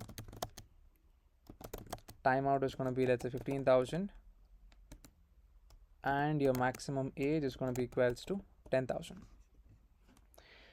So this part is done. Let's try to format over here and then let's try to save the file. So now let's define the next one, that is the register mutation. So over here I'm going to say const register mutation is going to be equals to use mutation, that's going to come from your tan stack query. And over here I'm going to say mutation function. It's going to be async method. It's going to take in three things: email, password, as well as your phone. Email is going to be of string, then your password also of string, then your phone also of string over here.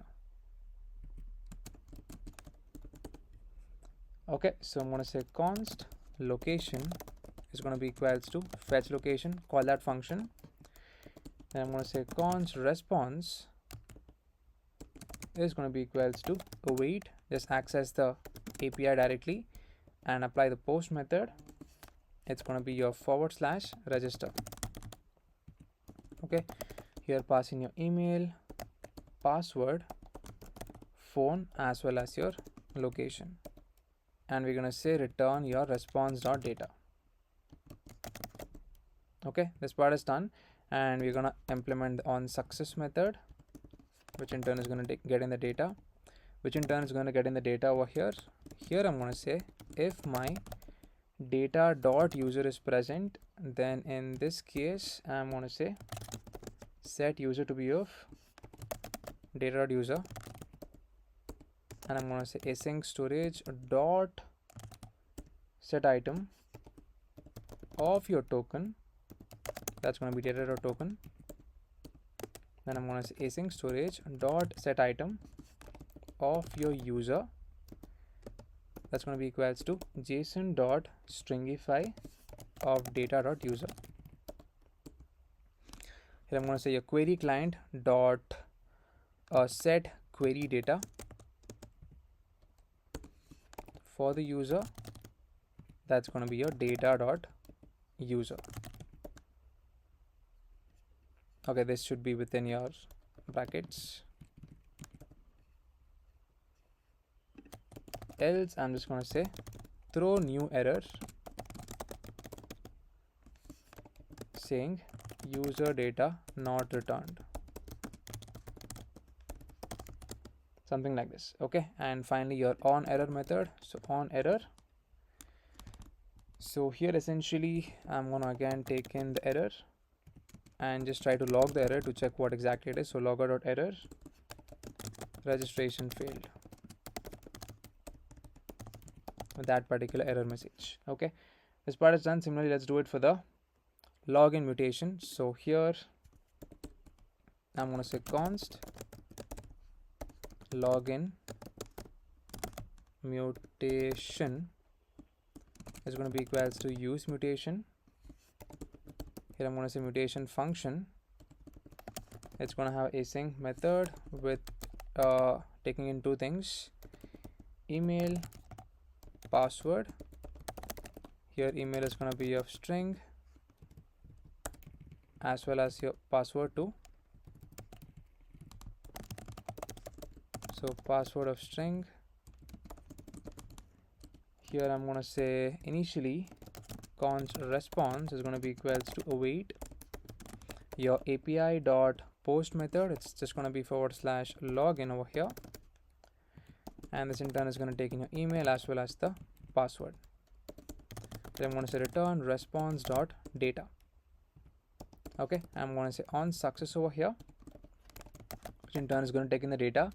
Here again check the condition, that is if at all the data dot user is present. So if data dot user, then in this case again set the user to be of your data dot user, and again the same thing we're going to do, just copy down these three steps.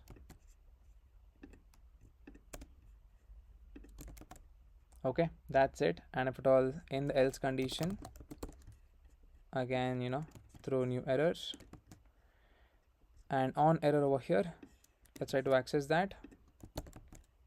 We're going to say login error or login failed with that particular error. So next, after this, I'm going to actually, enter in for the logout as well as the register login function by making use of the mutate async method. So you can take a look at it. That is right over here, just like this. And then let's try to save the file. And over here, let's try to return the auth context.provider. I'm going to say return your auth context dot your provider. This in turn is going to take in all of the children. Okay, so for the auth context dot provider, pass in the value. This in turn is going to take in your is authenticated. So I'm going to say is authenticated. It's going to be equals to not of user, your user method, login, logout method, as well as register method. Okay, and here let's try to export the function use auth. I'm going to say export function use auth. Here I'm going to say const context is going to be equals to use context of your auth context. Okay, here I'm going to check if at all not of context. Then in this case, I'm going to say throw new error. I'm going to say use auth must be used within a provider. And here I'm going to return the context. That's it. Let's try to save the file. So let's actually come back to your app.tsx once. And here let's try to, wrap our auth provider over here. Okay, so we're going to come back to app.tsx, and we also need to include the query client provider as well. So here I'm going to say query client provider from Stack query. This in turn is going to take in your client, that is going to be equals to your query client.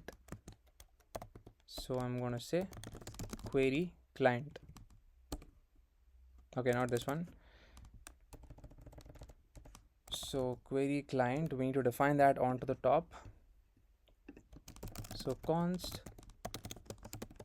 query client is going to be equals to new query client. I think this is already defined at the top. Yeah, it is defined here. Pass in the query client over here. Within that, having your auth provider and having the navigator within that format, and then let's try to save. Okay, so it says cannot read, auth provider of undefined. That's weird. Let's try to reload once. Okay, the package React Native Community CLI doesn't seem to be linked. Okay, I think we need to rebuild the app for that. Clear off the screen and then start off the app from scratch, and hopefully now it should work after the app is rebuilt. So yarn iOS, enter. Already the app is building up, and there you go. There are no issues, which is good. So let's come back to your register screen.tsx. Okay, and then not register, sign up screen, and here we're gonna implement the functionality. So come back over here and onto the top. First of all, let's try to get the register directly from use auth. It's going to be equals to use auth. Okay, and over here I'm going to say const handle sign up is going to be equals to async function. Here I'm going to check if not of email or not of password or not of phone. Then in that case over here I'm going to say alert, import that dot alert. You're going to say error, and I'm going to say please fill all required fields. I'm going to say return over here.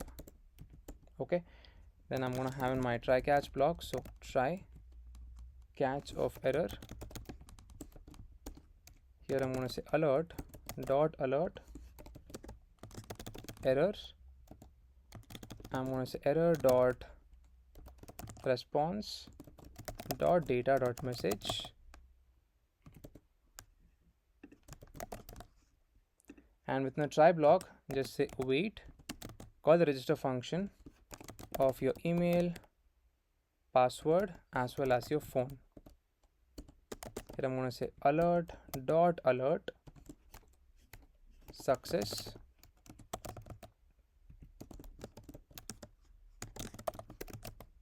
I'm going to say registered successfully. So that's it. So this is the function for registering. Let's come back to touchable opacity. I'm going to say on press. I'm going to say handle sign up. The same function that we have given over there. So handle sign up. Let's format once and then let's try to save. Okay. So yep, this step is done. So now we can give this a try. For that, I'm just gonna add in a basic kind of key over here for the GWT secret.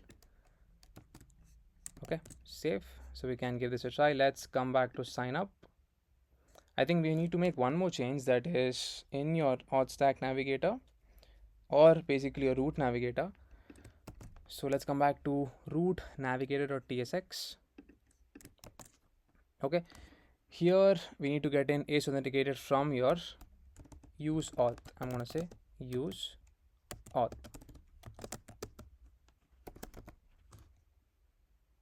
Okay, my bad, not like this. Just like this should come in destructure mode. So use auth, save. And there you go. Since it is false, still we are able to see the login or sign up screen. Okay. Yeah, so once over here, let's come back and check. So for the register, once we have the data present, as you can see, we are setting the user, and automatically this also should be set. That is set. That is user authenticated or is authenticated. So let's come back to sign up and then let's try to give this a try. First of all, let's run the backend. I'm going to say yarn start.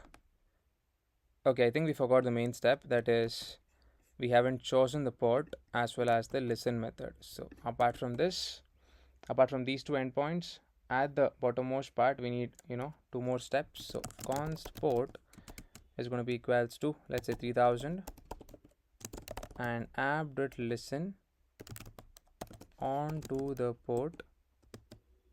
Okay, here I'm going to say console.log server running on port 3000.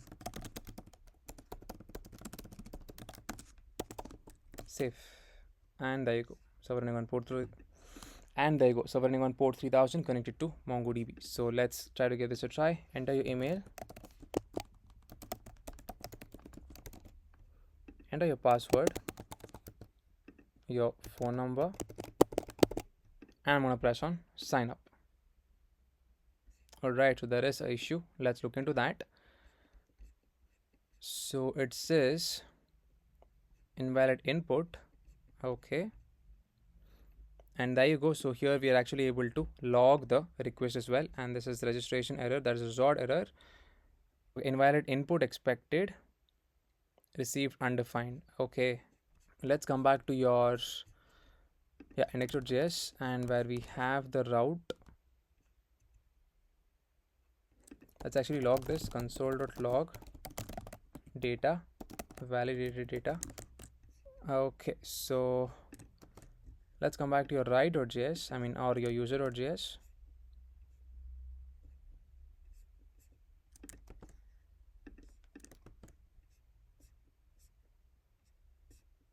Okay, so it says invalid input, expected number but received undefined. Okay, it might be probably for your latitude as well as longitude. That's the reason it might be erroring out. Okay, so I think I got to know the issue because we are not awaiting it before sending it to the API. So that's the reason that is not valid. So we need to say await fetch location for both the functions, I guess. Register mutation as well as login. In login it's not required, just for the register part. So here it's going to be await. Save. So hopefully now that should be the fix. Let's give this a try. Enter the email, then your password. as well as your phone number. Okay, so we do still have that issue. Okay, it is invalid phone number. All right, so I think it requires in the form of plus, let's say +91.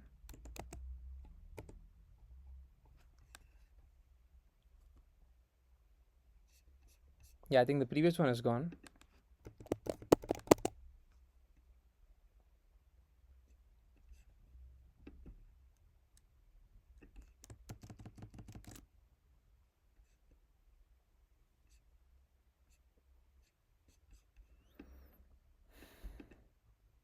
So let's actually verify the backend. After all, it's worked correctly fine, and then we're gonna restart the register process.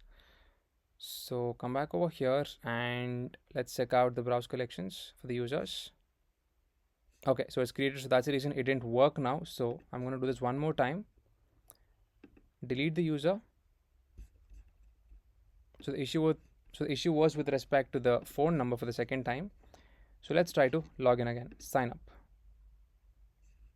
Okay, so that's weird because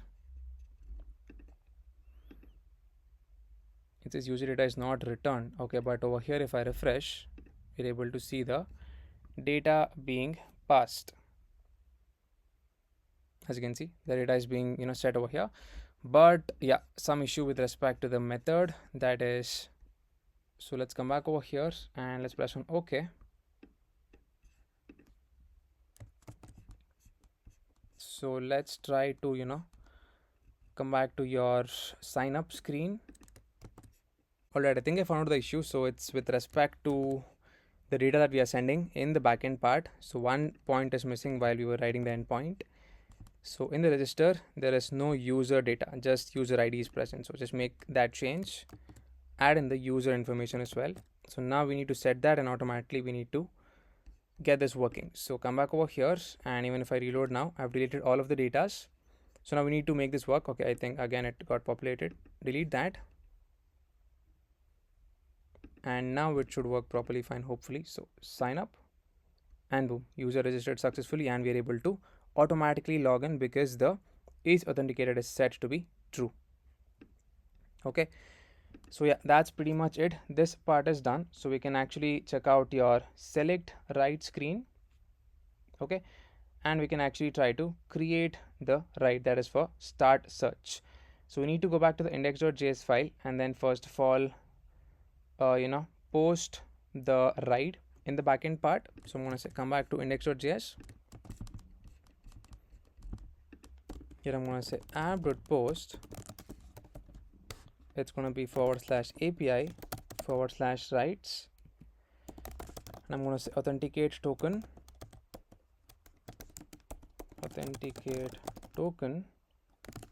and furthermore async method with the request and the response in the callback. Have in your try catch block, so try catch of error. Here I'm going to say console dot error.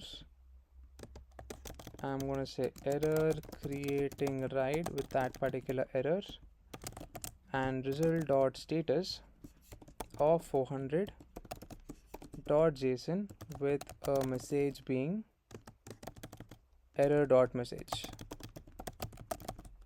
Okay, within your try block I'm going to say const pickup location comma your drop location is going to be equals to request dot body.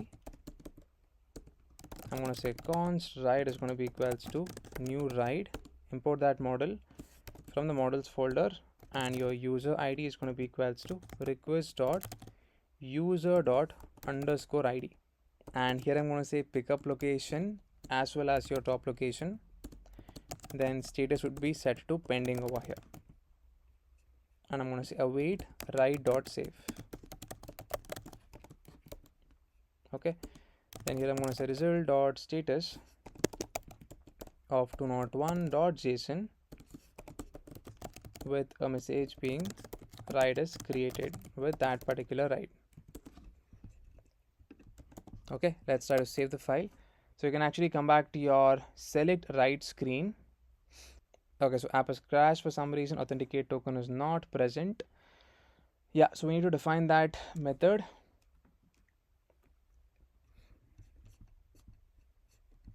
let's say over here, so const authenticate token is going to be equals to async method with your request response as well as the next over here. Let's say const token is going to be equals to request dot headers dot the authorization. I'm going to say dot split and get in the first part if not of token, then I'm going to say return result dot status of 401 dot JSON with a message being no token is provided. Okay, here I'm gonna have in my try catch block, so here I'm gonna say try catch block, so catch of errors. I'm gonna say console dot errors token validation error with that particular error message, and I'm going to say result dot status of 401 dot JSON with a message being invalid token. I'm going to say const decoded is going to be equals to gwt dot apply the verify method of the token as well as your gwt secret. Then I'm going to say const user is going to be equals to wait user dot find by id of your decoded dot id. Here I'm going to check if not of user, then directly say return result dot status of 401 dot JSON with a message being invalid token. And I'm going to say request dot user is going to be equals to user, then directly say next.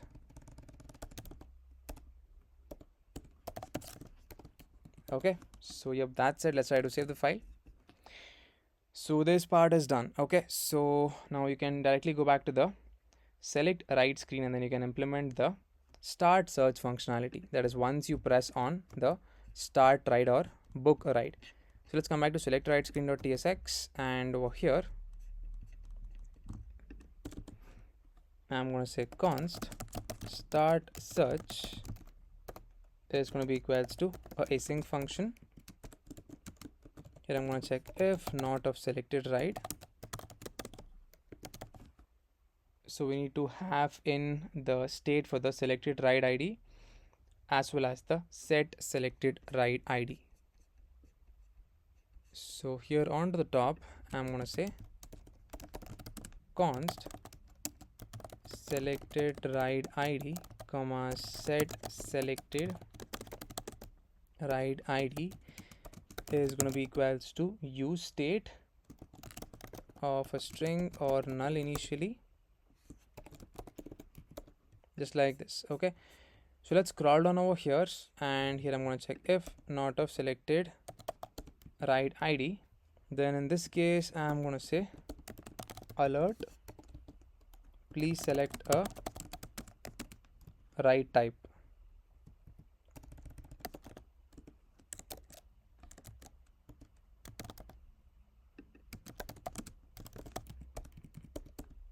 Okay, then I'm going to say return. Else I'm going to say set is searching to be of true, and we're going to show some progress animation. So for that we need to set up the animation part onto the top. So let's scroll up over here, and I'm going to say const progress animation is going to be equals to use ref of new animated, not from that, from React Native we can get it, dot value of 0 dot current. Okay, so now let's come back to your method, that is start search. Here I'm going to say animated dot loop. Here I'm going to pass in my animated dot timing of your progress animation. You need to pass in the to value, that's going to be 1. The duration, that's going to be set to 3000, and use native driver, set it to be true. Here let's try to get in the try catch block. So try catch of error, console.error with that particular error message. So try block over here, I'm going to say const token is going to be equals to await async storage dot get item of your token, if not of token, then in this case I'm going to say set is searching to be a false, and progress animation dot stop animation. Here I'm going to say progress animation dot set value to be of 0. I'm going to say alert, please log in again, you can skip that, and here I'm going to say navigation dot navigate to login, and then directly try to return.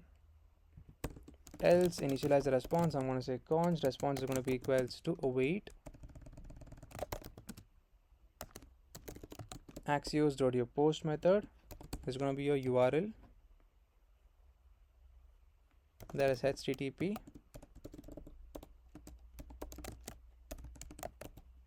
localhost 3000 /API/ your rights, and here we can have in your pickup location,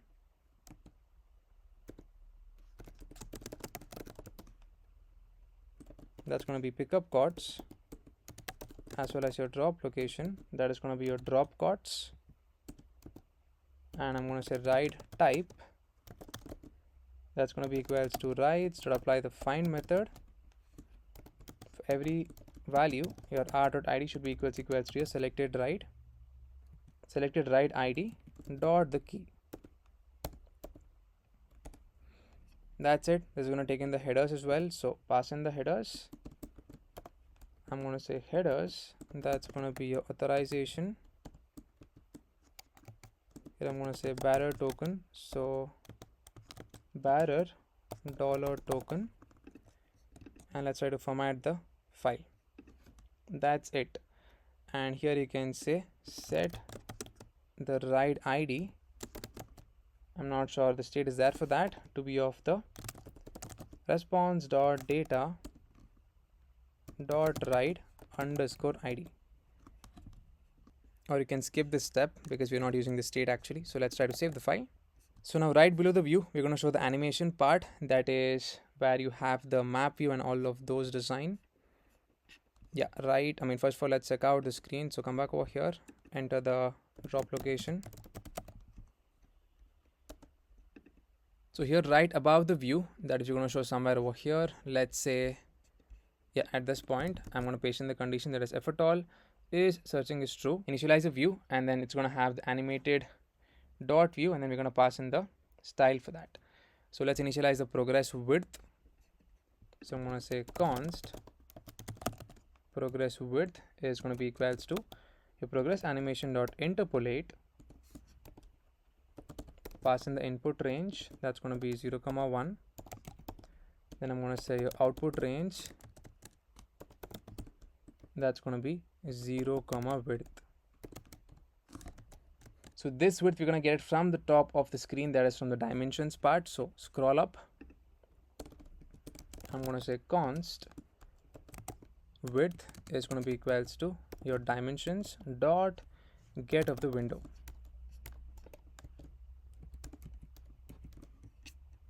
Scroll down over here, and then let's try to save the file. Okay, so this part is done. So let's come down to the point, and then let's try to initialize these two functions, that is start search, and we also have one more thing, that is stop search. Right, so let's scroll down over here, and for the reachable opacity, so if at all it's searching, then stop search. If at all it's not searching, then start search. So we need to define the stop search functionality as well. So go on to the top over here, let's say right over here, I'm going to say const stop search is going to be equals to a normal arrow function. I'm going to say set is searching to be of false, and set write id, okay, that we're not using as of now. I'm going to say progress animation dot your stop animation, taking a function and set the value to be 0. Progress animation dot your set value. So yeah, this part is done. So once, if at all, I press on book write, automatically your start search should be started. And if at all everything is working correctly fine, we need to be seeing the data getting populated in the backend part and some animation over here. So let's say book write. Okay, it says please select a write type. Okay, we need to choose either auto, cab, or cab AC. Okay, I think I forgot one more thing, that is for the reachable opacity we need to set the write. So on press here, we're going to take in a function and I'm going to say set selected write, set selected write id to be of the item dot id. Okay, save the file. Let's say I'm going to choose auto over here. Okay, so I think we forgot to add one more design, that is, if at all it is selected, we need to have in a different border color for that. So for that, let's try to initialize backticks. Forgot this part. Okay, so